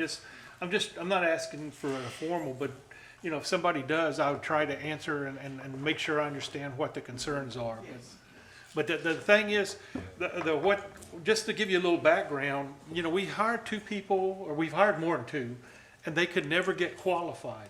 The part-time ones that we're talking about hiring are already qualified as firemen. So we're getting 4 part-time, highly qualified people instead of hiring 2 at a lower salary that we went through months of trying to get them qualified, and we had problems trying to get them qualified, so. Yeah, so for part-time status here, you at least have to be minimum fire 1, preferably fire 2. At first, the people that I have already reached out to are either captains or higher ranking with other fire departments in our surrounding areas. So they have the knowledge base. It's not, oh, well, let me call the chief real quick, see if we can do this. They're confident I'm making the right decision and going with it. And it may go from, it'll be 2 part-time personnel working Monday through Friday. Now, I may have 15 part-timers on my list, but it'll only be 2 per day. Yeah. So that way if You're getting somebody the calls coverage. in, I could call somebody else, hey, you off, go fill that spot. That way we're having a minimum of 2 personnel, Monday through Friday, 7 to 5. And I think the town gets a lot better coverage than what we've had in the past. And I So you think have 2 during the day and 2 at night? No, ma'am, just 2 during the day, and then after 5 o'clock, majority of our volunteers are back in district at that time, because they work during the daytime. I do have shift personnel that, work Canadian swing shift, and then some other crazy work schedule. But they will also be available with our 2 part-timers if we need them. Is that your best case? Is that the best way to go, best route? Right, Yeah. Okay. money wise, right now, yes, ma'am. 'Cause We're eliminating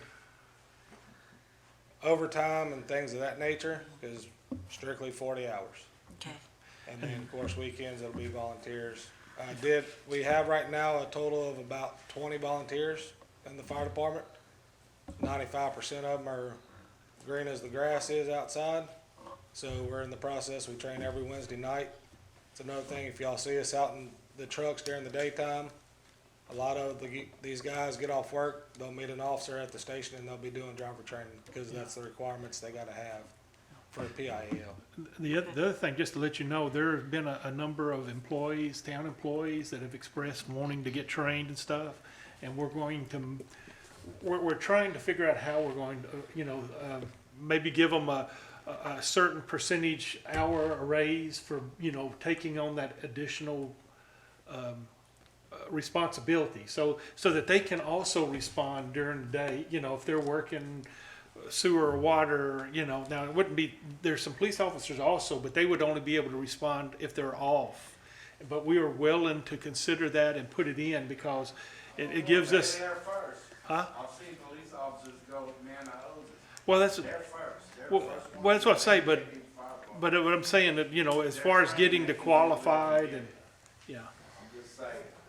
Yeah, but I'm talking about though, if they wanted to volunteer time off on their off time to be able to get that qualification, we will definitely support them as the town goes to augment, like sometimes you may not have anybody, but if you have a sewer or water person who wants to do it, it'd only be on a voluntary, they can go drive the truck, or they can help, and while they're doing it during the day, I think that just benefits the town completely for, I mean, any volunteers help us by far. I mean, Yep. according to PIL, I should have a minimum of 25 volunteers to be in the realm of what they want as far as coverage wise. okay. So, I mean, right now I'm sitting about 20. But And again, that's something you guys need to look at when you're looking at this guy that was wanting the property, the quadplex on this property. yeah, and that. because You know, that's a big thing that you guys need to take into consideration is that We're very without the limited. volunteers, we can't put that fire out. well, I mean, just by looking at his drawing, that's why I had to ask him different questions because Well, give us, it's a one way in, one way Yeah. out type deal right there. So, give us a feeling on the risk on that pretty quick so that we can have it ready for the next meeting, if you don't mind. Yeah. Because I definitely want to make sure we put all our facts together and, you know, so we show that we're doing it under a logical and a rational way and not just an emotional thing that, hey, we've got support, this is what, you know, and I'm gonna drive by that property and go look at it myself Okay. and scope it out and see. all right. So, other than that, Pretty much, anything, as far, the other thing is we're starting our budget process also. Anything, I know that 30% of the PIAL, I understand, is related to town assets, town things. We need to have recommendations as to what we need to do to help lower our insurance costs or raise our PIAL score logically, so we can put it in our budget. You know, we're taking some steps, but I don't see the high level picture of saying, hey, does this add to value versus that? I can tell y'all right now, as far as PIAL stands, my goal is to get us down to 5 this grading year. I'm doing everything I possibly can. I'm going out on social media, asking for help, putting it out on Highway Be Informed, Facebook, everywhere, to get these volunteers to come in where we get our training and everything that's required. So having these part-time personnel during the daytime will be a tremendous help, and we'll get the points that we need. I got a question. So what you're saying is, because when we discussed this last time, I've already expressed and spoke to some officers about the same plan of city employees and police officers getting a pay increase if they go get certified and do the appropriate training.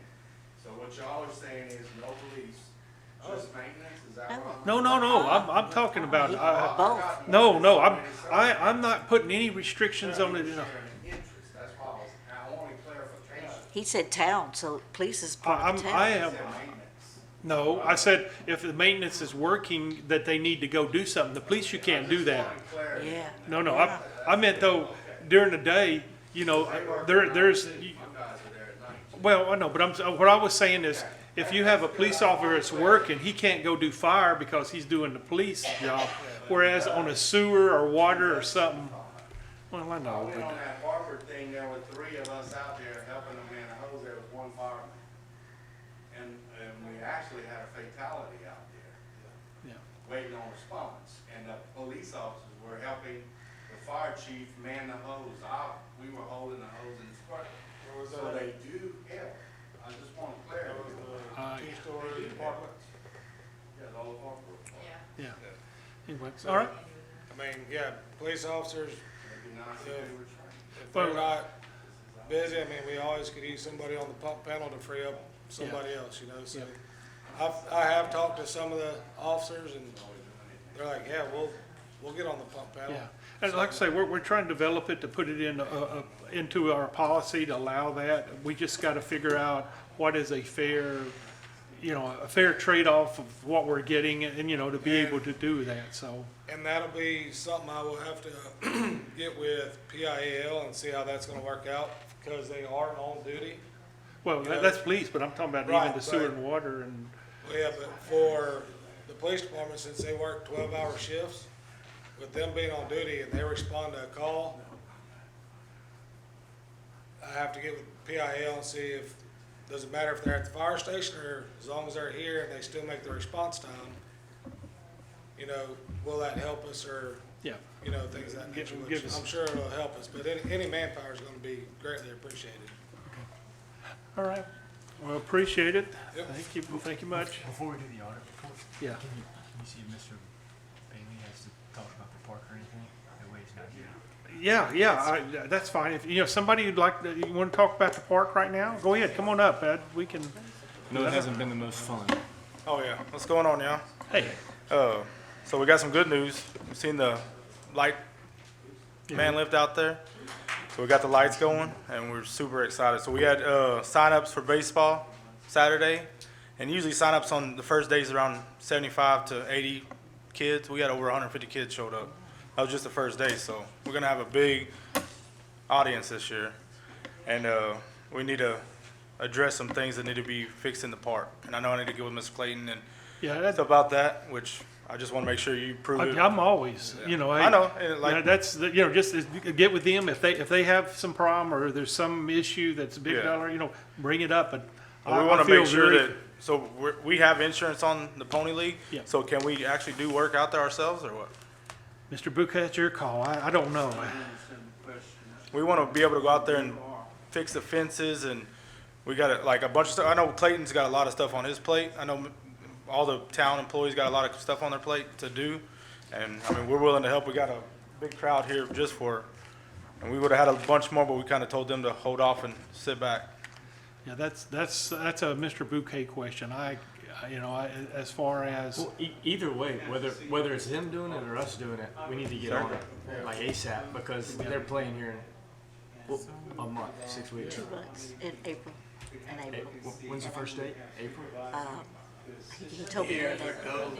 Dixie took care of everything, light poles and all the parks commissioners. Yeah. We put up the light poles, the lights, they did that. To Mr. Pat? Concession stand. yeah, but the liability issues have changed quite a bit, you know, that's, He just said that he got insurance. Yeah. Well, as long as y'all, opening you know, days, if y'all want to March 4th is accept our it, last liability, day of I'm okay registration, with so it. That's a call we got from the, really close. Mr. Something in writing. Mr. Maybe we get some people out there want to control it as much as possible. Yeah. So It's minor stuff. It's like Yeah. putting the fence up and zip tying it. Just, I know y'all don't want to fix the fence Well, because we're tearing them down, but I would say anything other than electrical, anything to do with electrical, go through him because I don't even let our guys work around it, you know, and so I wouldn't want something to happen. Any of the other thing, if Mr. Bouquet, if this is acceptable, if the town wants to accept the liability or accept that they can do that type of work, if the council, I'm not prepared to do that or to recommend that at this point. I'm asking him to give me a written proposal, to give it to Pat. I'll look at it and give it my best thoughts. can, I would rather, if we're gonna do something, unfortunately, I'm gonna have to, who our liability carrier is, I'm gonna have to get probably approval for them, and we might not be able to do that. okay. and we're fine with that. I mean, just like little stuff. And I got the thing to give to Clayton. I already told him I filled it out there's a couple fences. There's a tree back in that back by that field that's totally dead, but it's a huge tree. Let him get it cut down. I mean, you know, Yeah. the town can pay for that kind of stuff. Yeah. I'm not, We can use a few people, but we're not be careful. Oh, I understand. Yeah, we're and not if trying to it's get nobody. under, it's under, you know, $6,000 or $8,000, Oh, yeah. get with Pat, you know, on any individual thing. Cause we don't have to bid and he's got people that can do that we, you know, we're working with and that would help us. Now on the fence itself, I don't know, we had such a hard time trying to get people to come out and put in fences, you know. It just depends, we'll have to take a look at it. We took care of a 8 to 10 foot section from Mr. Gerald a couple of weeks ago.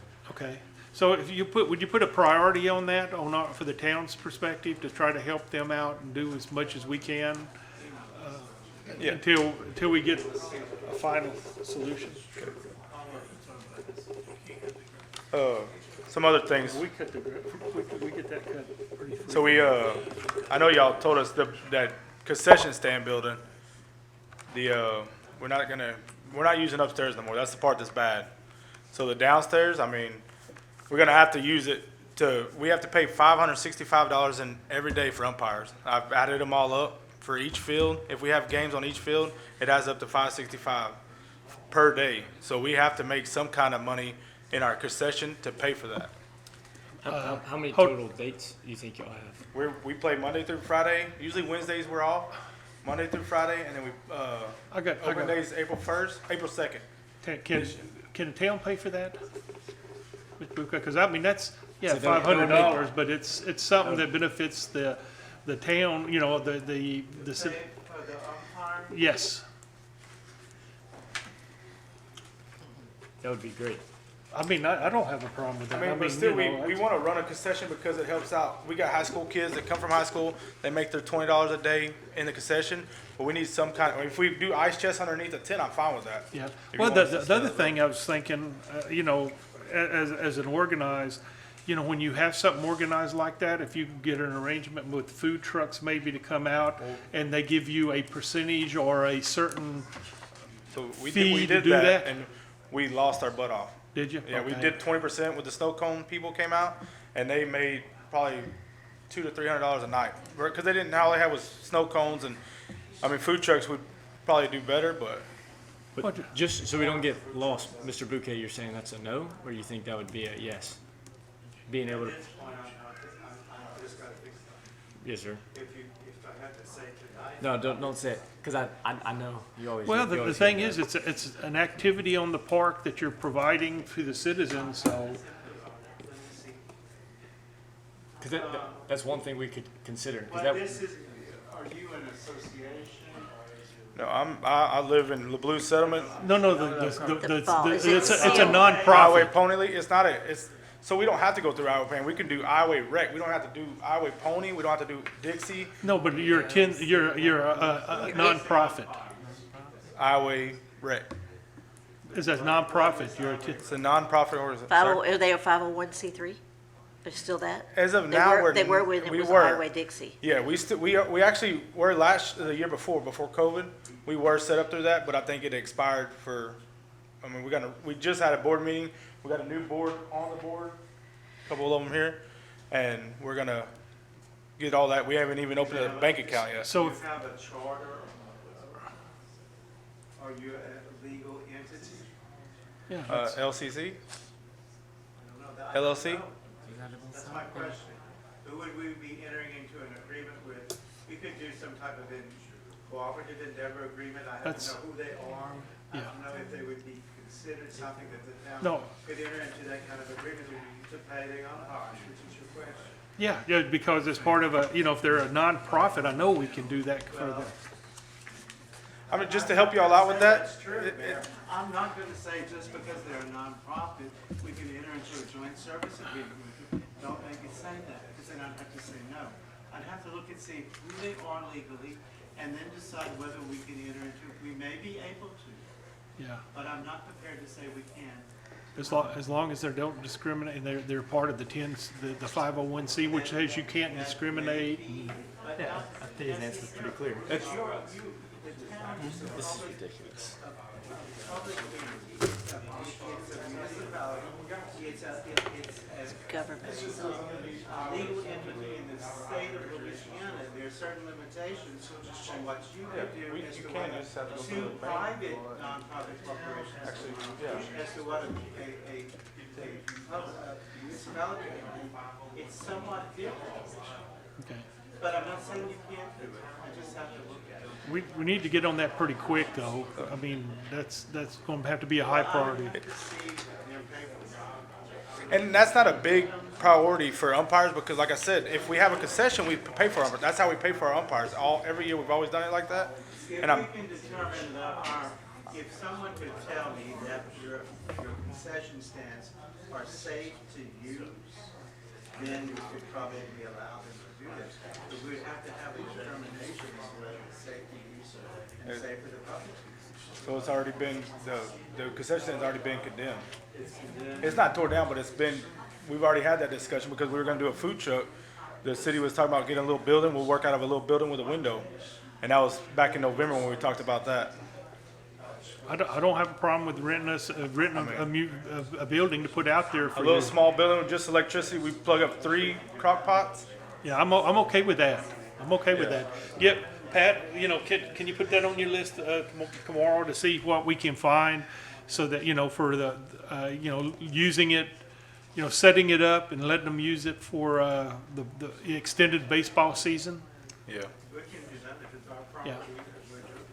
Okay. Yeah, now, would that be like permanent, or they're just rented for that season? No, Because- we'll rent it out for the season because we're trying to Okay, build I the new understand. fields, Oh, and you yeah. know, and that's gonna take care of itself, and that's, I just want to make sure the people I put in there, I mean, being in the park. at we the, make at the end sure- of the season, you'll have to take everything out, and we'll have to Yeah. return it. Which that's another thing. That concession stand had our ice boxes in it and our ice maker and stuff in it. And I needed to ask y'all if y'all had insurance on that stuff, because we do still have it in there. And it's, trust me, you don't want to go in there because it's disgusting. The ice boxes anyways. Everything else I cleaned up. But the inside the ice boxes they got flooded during the flood, and it was pretty bad. But we're going to have to buy all new of that for a concession.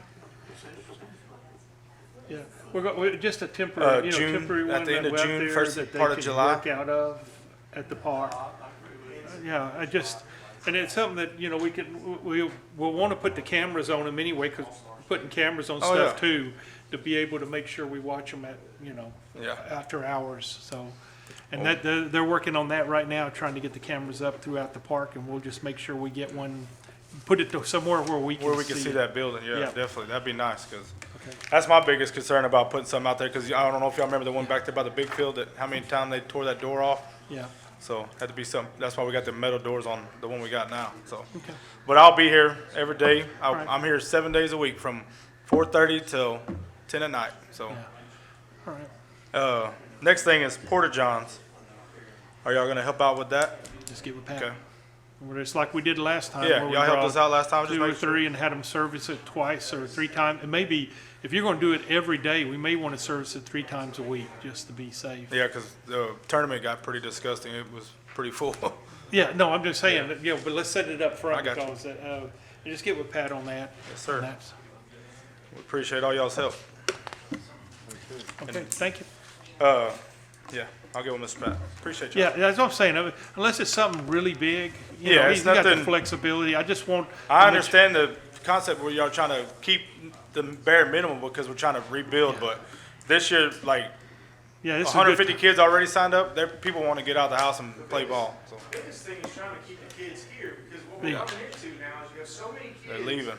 from this area that is moving out and go and play for like Kinder, Moss Bluff, Westlake, because there's nothing here. I mean, I know y'all are doing it now and y'all making efforts to do it now and keep them here. But the problem that we're running into like last year is all these kids are moving out. Their parents are moving out and going to these other schools, and you're wanting to keep Yeah. them here. Yeah, So they can go to school here and play here, and it's a big thing. Softball and baseball is a big thing here. It always has been, even when I was growing up. I'm from here. I mean, it's a big thing every single year for these kids. So this is what they look forward to. And it's definitely, if we get the park good enough, USSSA, I talked to Luke David, I know Daniel probably knows him, so I held a tournament back here, January 4th, USSSA tournament, and the little La Rumba Mexican place ran out of food Yeah. really quick. yeah. So we weren't Only prepared actually for that. To hold a regional all-star tournament here. Yeah, that's, right now, when you're, even your hotels aren't even back Oh, into I shape, know. but it's hard to do something like that. But just getting people to recognize Iowa is my biggest thing. I want to bring this town back to what it used to be when I was in high school there, so. We appreciate everything y'all Yes, do. sir. Should the field be like completely ready to go next season? No. Well, you know, we're gonna take it in parts. We're gonna do, this one we're gonna get done here by September, October, this front field for, you know, it'd be mostly for T-ball and for, Wee ball and buddy Wee ball. ball and of course, buddy ball, you know. So that's gonna be ready right at the end of this year, and we're in the design phase of what we're going to do with that back 2 fields to try to get them in place just as soon, and maybe, I'm hoping by next season it'll be completed. We just finished the drainage part, which was a big issue, and then we're having to run the the new water line, because we want to do that before you build anything. Yeah. So you don't have to tear it back up. All right. I'm just wondering, like, what happens if they have this debt? I mean, it took forever for them to come out and do I understand, but that's everything. You know, it's taken us a year and a half trying to get the thing. You can't find contractors. And I can't spend $10 million for things that you only paid $2 million before. It just, Appreciate it, Mr. Hess, Daniel, Julie. all right, well, hey, get with him, and if there's anything that you need, I got that, list right there, right here. yeah, anything that we can do and go ahead and get somebody do, you know, we've got some small contractors that can do small jobs, you know, to go ahead and knock it out, to try to get a run on it, so. Can I leave these in the city hall for? Yeah, that's fine. Just, I got people on Facebook asking if they can pick one up from here or there, and they can mail them in, so. All right, Thank you, man. thank you. Appreciate y'all. Yes, sir. All right, the next item on the agenda is presentation of the 2020 and 2021 audit report. You have the report in front of you. First thing to keep in mind, this covered the hurricane and the aftermath. And if you consider our finances, given COVID and everything, we actually looked pretty good. It wasn't as horrible as it could have been. Now, with that in mind, the audit, we did have some audit findings, and we are going to address them. Basically, our software is causing us problems in combination of not having people understand it. We are completely replacing our financial software. American, you know, we're using that as one of the American recovery plan cost. It'll be about 50 or 60,000. But we got to have those type of controls that prevent this stuff. The current software does not have those controls. It doesn't even have basic access controls to tell you who accessed and who changed things. That's all going to change. And if if you look at the back, you'll see them. That's effectively two of them. So, two of the statements are things that we get every year. The utility billing issue, that was one of those that the submodules did not agree with the overall module, and nothing spit out to let us know that there was inconsistency. That's another one that the software will fix. You know, making your modules and submodules all be in agreement. As an auditor, you want to have them where they do and they point out if something is wrong. So, like I say, overall, for the hurricane and everything, I'm really pleased that our financials ended up, even though they're poorly, better than what it would have been with given all the stuff that's went on, with all the revenue cuts and all of that. So, unless you've got a question about it, you have it to read. Any questions on that, you can get back with me on that.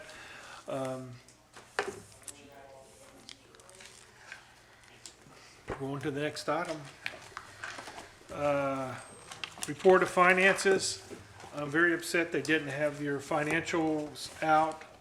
I do have one that I did have, if someone wants to look at it, or I can just real briefly go over revenues just to kind of give you an idea of what's going on.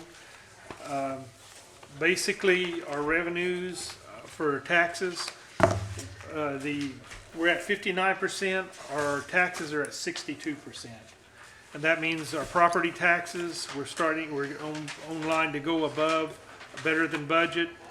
They didn't even they have the sales tax they should have put out. We broke even this month on sales tax, which means we're still 15% or so above on our sales tax budget. The other big dollars are coming in. Our franchise tax for energy and Intex and all that is going to be way above budget because they're charging us more for all of that stuff. So you'll see that come in. Our video poker, it's 15% above budget. That's very good. And we're going to do a forecast this next month to let you know as part of the budget process to say, hey, this is where we think we'll be. We did receive, it's not on this yet, we did receive $200,000 for the casino funds, which will put us right about budget or slightly below, not too bad off on the casino funds. Fines, I talked with Keith on that. We're trying to get that back on. Yeah, no, but I meant, we had the behind, we were behind and hadn't caught up. It's catching back up. You know, part of that was the holidays and a short, Keith was short there for some period of time. The transfers, none of those come in until the last month or two. I don't see any anticipation for those. Our expenses are right on, and that includes things that are one-time charges for the administration. It's 59 versus 63.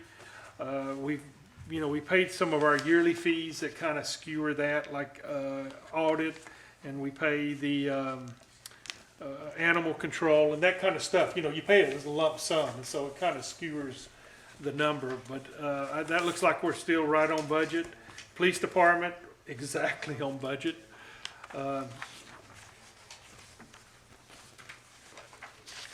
I guess other than that, we'll get financials to you. You can take mine. She's got to get some more. I am very upset. We're going to talk about that. You should have those every meeting. So put that on the list. They need to do a checklist and the things. So, any questions as far as finance goes? Anything? You kind of know what all we're doing big time as far as expenditures that are coming in. Pat's talked about a little bit of it. We're still looking at getting roads done, making sure we're getting our roads caught up as well as our sewer line. We do have, like I say, about $1 million that we have to budget for the American, that we have to put in there for the American plan. We've got some spending that's taken care of out of that. 60,000 will be the software upgrade. But then we need to determine what we're going to spend the rest of that on. Is it sewer issues? Is it water issues? Is it something else? Other than that, anybody has some? I've got one item, Mr. Buchan. I just wanted to run it by you. I talked with the Lions Club, and they're at an age where a lot of them are, a lot older, so they really can't do fundraisers. And we talked about doing a garage sale, in the park. It's through the Lions Club. We would let them charge for spaces on a certain day, just one day. We hadn't even figured out what day it is, and that we would allow them to do that. Is that going to be an issue? Well, we look at that time past, and we were reluctant to do that. Yep. For a number of reasons. And so we'd have to look at it more carefully, I guess, just because we're doing it through, not having individuals do it, having a nonprofit association do it. I'd have to give that some thought. I don't know the answers to that. I'd be reluctant to say yes because we've already said no to several. We said it to private individuals. I'm talking about in a civic organization, and it also would be something that we would do. The only other thing I'd look at in true respect, I don't know, I don't have an answer for that.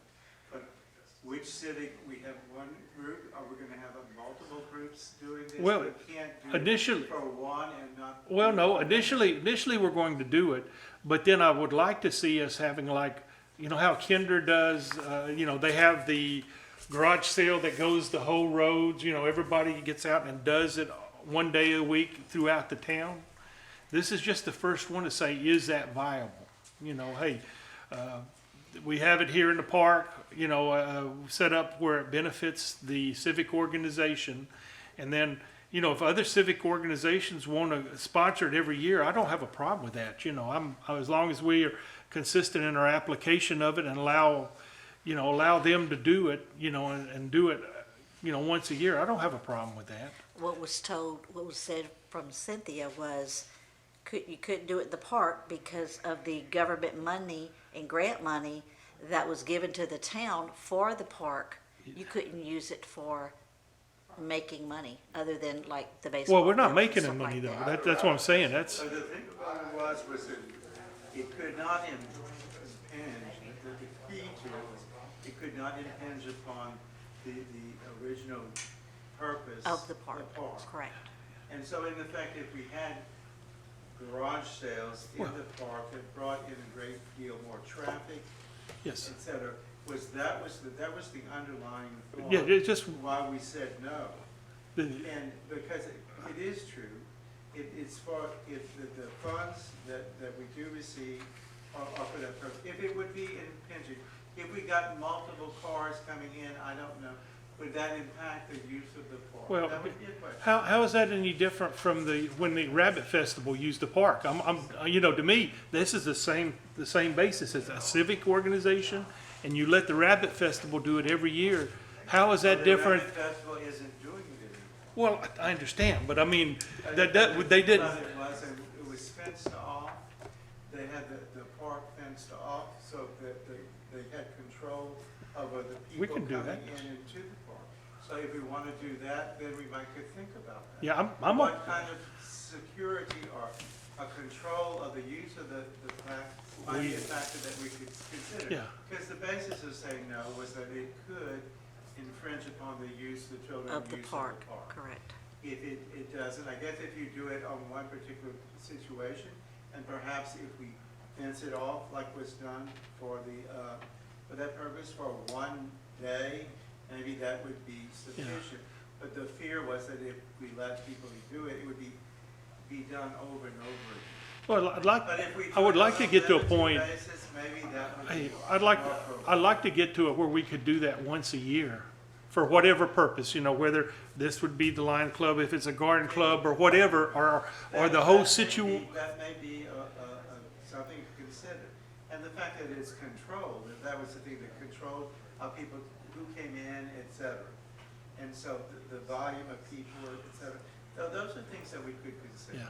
It just, like I say, it was just trying to establish something, you know, once a year, kind of like all these other places that are doing it, similar to like the Rabbit So we Fester could is see once a year. We can see how they're doing it and look at. Yeah. Yeah. I just want, I can't, normally, as usual, I can't answer a question. I didn't think, I just wanted to let you, because it's something that I know that we talked about doing that, you know, and it was a situation where it benefits a civic organization. It wouldn't, We could maybe design it to benefit multiple civic organizations. I'm all for that too. That's, That might be a way to do it and make it a one-time or annual thing. That Yep. may work. okay, thank you. All right, other than that, final, anybody has anything they want to bring up to the, yes, sir, if you'll step up and. Good evening, ladies and gentlemen. I'm not on your agenda tonight, but my name is Carlton Smith. Your mayor was nice enough to let me come up here and speak at the end of your meeting. I'm coming to you tonight because I've had 10 years of continuous aggravation, and I have been to every one of this entire state, from your governor's office all the way down to your mayor in Lake Charles. I can get no one at all to be able to help me whatsoever, and you are the closest jurisdiction to me to be able to help me. But before I tell you about two of my many problems, I want to go and compliment Chief Vincent, because his wonderful people have been of tremendous help to me. They're not allowed to give me the help that I need at the moment, however, because unfortunately I'm stuck in jurisdictional hell. I can't get any help at all, and I'm lucky at night if I can get more than 30 minutes worth of sleep. I'm stuck in the middle of a law enforcement problem that I can't get handled. I can't get Tony Mancuso's people to go and help me at all. They refuse to do anything whatsoever to be able to help me right now with harassment that occurs at my house on Packing House Road. Packing House, unfortunately, is just a little bit outside your jurisdiction. Yes. However, unfortunately, just because of the way the world works, Chief Vincent's people can be there in a matter of minutes. It takes, and I've timed them many times, Tony's people at least 2 hours to get to me, in which case the person who I know is causing the problem is already well into Lake Arthur where he lives. I've caught him on videotape many times. It wouldn't matter if God Almighty showed up. No one, it seems like, can do anything whatsoever to help me. Numerous video cameras have caught the man. He's destroyed the cameras. He's taken the footage. I've had numerous people who have gone and seen him perpetrate, going up to my trailer and banging the living damn hell out of it, loud enough that I guarantee you can hear it at your library.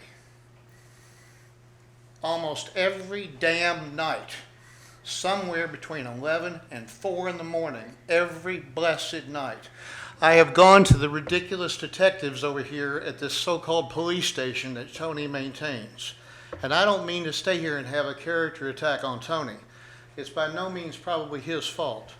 But it takes 2 hours, for God's sakes, to get from Broad Street to Boys Village, to get to mile marker 40, to get to my damn house.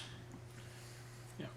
I can drive from my house to this city hall in 15 damn minutes. Yes, sir.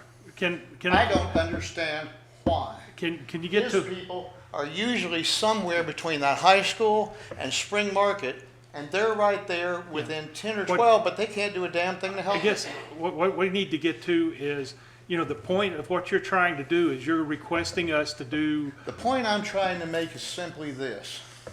At some point in time, obviously, this city is going to continue to grow, and as it continues to grow, it's going to eventually move itself down toward Boys Village. I'm in the middle of no man's land. My little area down there between Jones, I believe it's called Park Estate, I think, when you come off the last bridge down off Highway 90 when you leave Spring. You go to Jones, you go to immediately to Packing House Road, you go a little bit of a distance and you end up at Boys Village. It's not very far down the road. I'm at mile marker number 40. There's a man named Joe Guidry that has some large construction equipment right here. You go past a large slaughterhouse. It's been empty for a number of years. You go over a railroad bridge, you make yourself a right-hand turn, the only turn you can make at Roberts Way. You go all the way up to Emma Jane Lane, the only left-hand turn you can make. And you go down that road. That road belongs to absolutely no one. And the other problem that I have is that I also have, unfortunately, no police jury to go to because my police jury is divided. He represents your city and my area. My wonderful police jury tells me my first representation is to the people in Iowa because they elect me. If I have time left over, if I have space left over, if I have man hours left over, I'll come and deal with you. Yes, sir. What I need to understand is, what are you asking? I'm asking for a town? couple, here's several things I'm asking for. I'm asking right now for this wonderful man and his people who are a law enforcement agency designated by this state with the same exact police powers as the larger agency, okay, since they can respond much faster and much easier, to be able to come down to my house and be able to sit there and not only just go and detain somebody, for God's sakes, but to be able to have arrest powers not too far away from where they can probably, I believe, already go, correct me if I'm wrong, down to Jones. I think you have the jurisdiction. We're talking about going this much damn further, okay, I understand, but over to Packing House Road. Well, This much further. You're crossing a street. I understand, but my thing is, we have limits in our town that we have to keep in. Understood. And if we expand our limit, then we can do it, but we can't just go do it without expanding it. But I can't get any help from anyone. There is no one in this entire state who can seem to help me. No matter who I go to and where I go to, everyone tells me over and over again, when the man basically breaks into your house, when the man sits there with a loaded gun, if the man comes in the front door, then you can, by God, do something. But until he does, and then if and when he does, you're stuck. You're in the middle of I can't do a damn thing to help you. Keith, you got something? And I guarantee you, sir, shaking your head, you don't live through this every single morning. Well, I don't believe, I'm sure it happens, I'm just trying to tell you. What I was encouraging him is, the only way we would have authority to do that would be if it was ambulance. Yes. And I understand that he's limited. But you, The only thing that you could do. I understand. I start get the it. process and this man could tell you how to. I understand that. And I've tried to start that process several times. That's what we need to do. But I can't do anything all with that process. I mean, it's just me. I can't get my other neighbors to go down there. The other problem I have is that I'm sure you've been down in that area. I have no trees. I have nothing at all to be able to hide cameras with. There's not a tree anywhere near me until you get to Boys Village, where we have the tower with 1,200 pieces of law enforcement equipment hanging from it. I couldn't hide squat if I wanted to out there. People see cars coming with lights 10 blocks away. But you're the closest people I can go to because that doesn't there's give no us- one else with a badge and a gun who can come and help me. Response time is excellent. You're it. Because our response time is darn. You can be down there in 3 minutes. It's just like it's just like the fire department. They're gonna get there a hell of a lot faster than Manchester will. My house will be burned down to the ground before Manchester gets to it. I don't know what the process, what is the process? Annexation is a complicated, but there are multiple ways to do it, there's actually 4 ways to do it. But it has to be done. I don't think that, I'm not, where he's talking about, I don't know. I don't know whether we can. Go that far. There are 3 bridges when you You leave. have to have a whole lot of people wanting an annexation. I understand that, but a whole lot of people don't want to do that necessarily because first of all, that area has no noise ordinance. Well, That's the only part I think of your entire area near Lake Charles that has no noise I ordinance. didn't know she gave me that, that's why I was getting PO, because I didn't see that there. Hitting your property, that's the problem. All right, No, we, it's not. And it should be addressed. The only thing that I can say, Keith, if for some reason there's nothing to prevent the joint service, mutual agreement between the sheriff's department and the Iowa Police Department to facilitate an arrest, but it would have to be, with their, Talk to the sheriff. it would have to be their approval. And it would have to be, they would agree to allow you to assist them in it. And that would be done on. But that's And y'all do that in certain other. okay. ways. Hey, we need to go ahead. Here's also my ultimate question. It's time, no, it's time. Now, you know, if you're asking us to extend, that's something we would look at and consider very, you know, we would be all for it. Yes, sir. But it requires you, or requires the citizens to request it of us. We cannot just I understand. arbitrarily do that. I understand that. I'm just simply asking a question. Would the city be in favor of going and extending themselves from Jones down as far as Packing House? Would you be in favor of expanding I would sure yourself that much consider further? it, and, you know, if we, you know. I don't even know if the city would even agree to even go that much further than where they are at Jones. Well, if they were asking us, if the majority of the landowners ask it, I think we would be very, very positive consideration I on wasn't it. sure if that was even something that the city would even consider. I mean, I don't know, Oh, I we don't would know what your consider- budget is. I don't know about We would consider infrastructure. that because on a growth basis, that's what we have issues with right now, is we need more expanded. The only thing I can tell you for fact is that there's a man named Randy Hood who helped develop that with the late millionaire, a man named Harry Featherston, who built all of that land down there.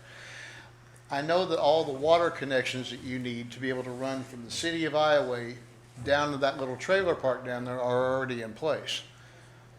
All Well, of I that's understand already that. there along with all of that That- drainage. I don't know about electric and phone Well, and everything else. Well, no, but on the But that's water, all- but the that's water and all the sewer, already we there. would ultimately end up having to install it, and that's why you wouldn't necessarily jump that big an area, but. Yes, sir. But to consider parts of it, that, you know. But you I can didn't only- know if the city would even be willing to even entertain a motion if all the signatures were even gathered. Oh, yeah, definitely. We would be very positive in looking for it. I wasn't but sure I if haven't that was seen, even a reasonable I haven't, idea. I haven't seen anything in front of me, and that's where I was Yes, sir. asking. I If understand. you put something in front of us, we would more than willingly consider. it I and look at it. appreciate very much your time and attention Yes, sir. tonight. Thank you. All right, thank you.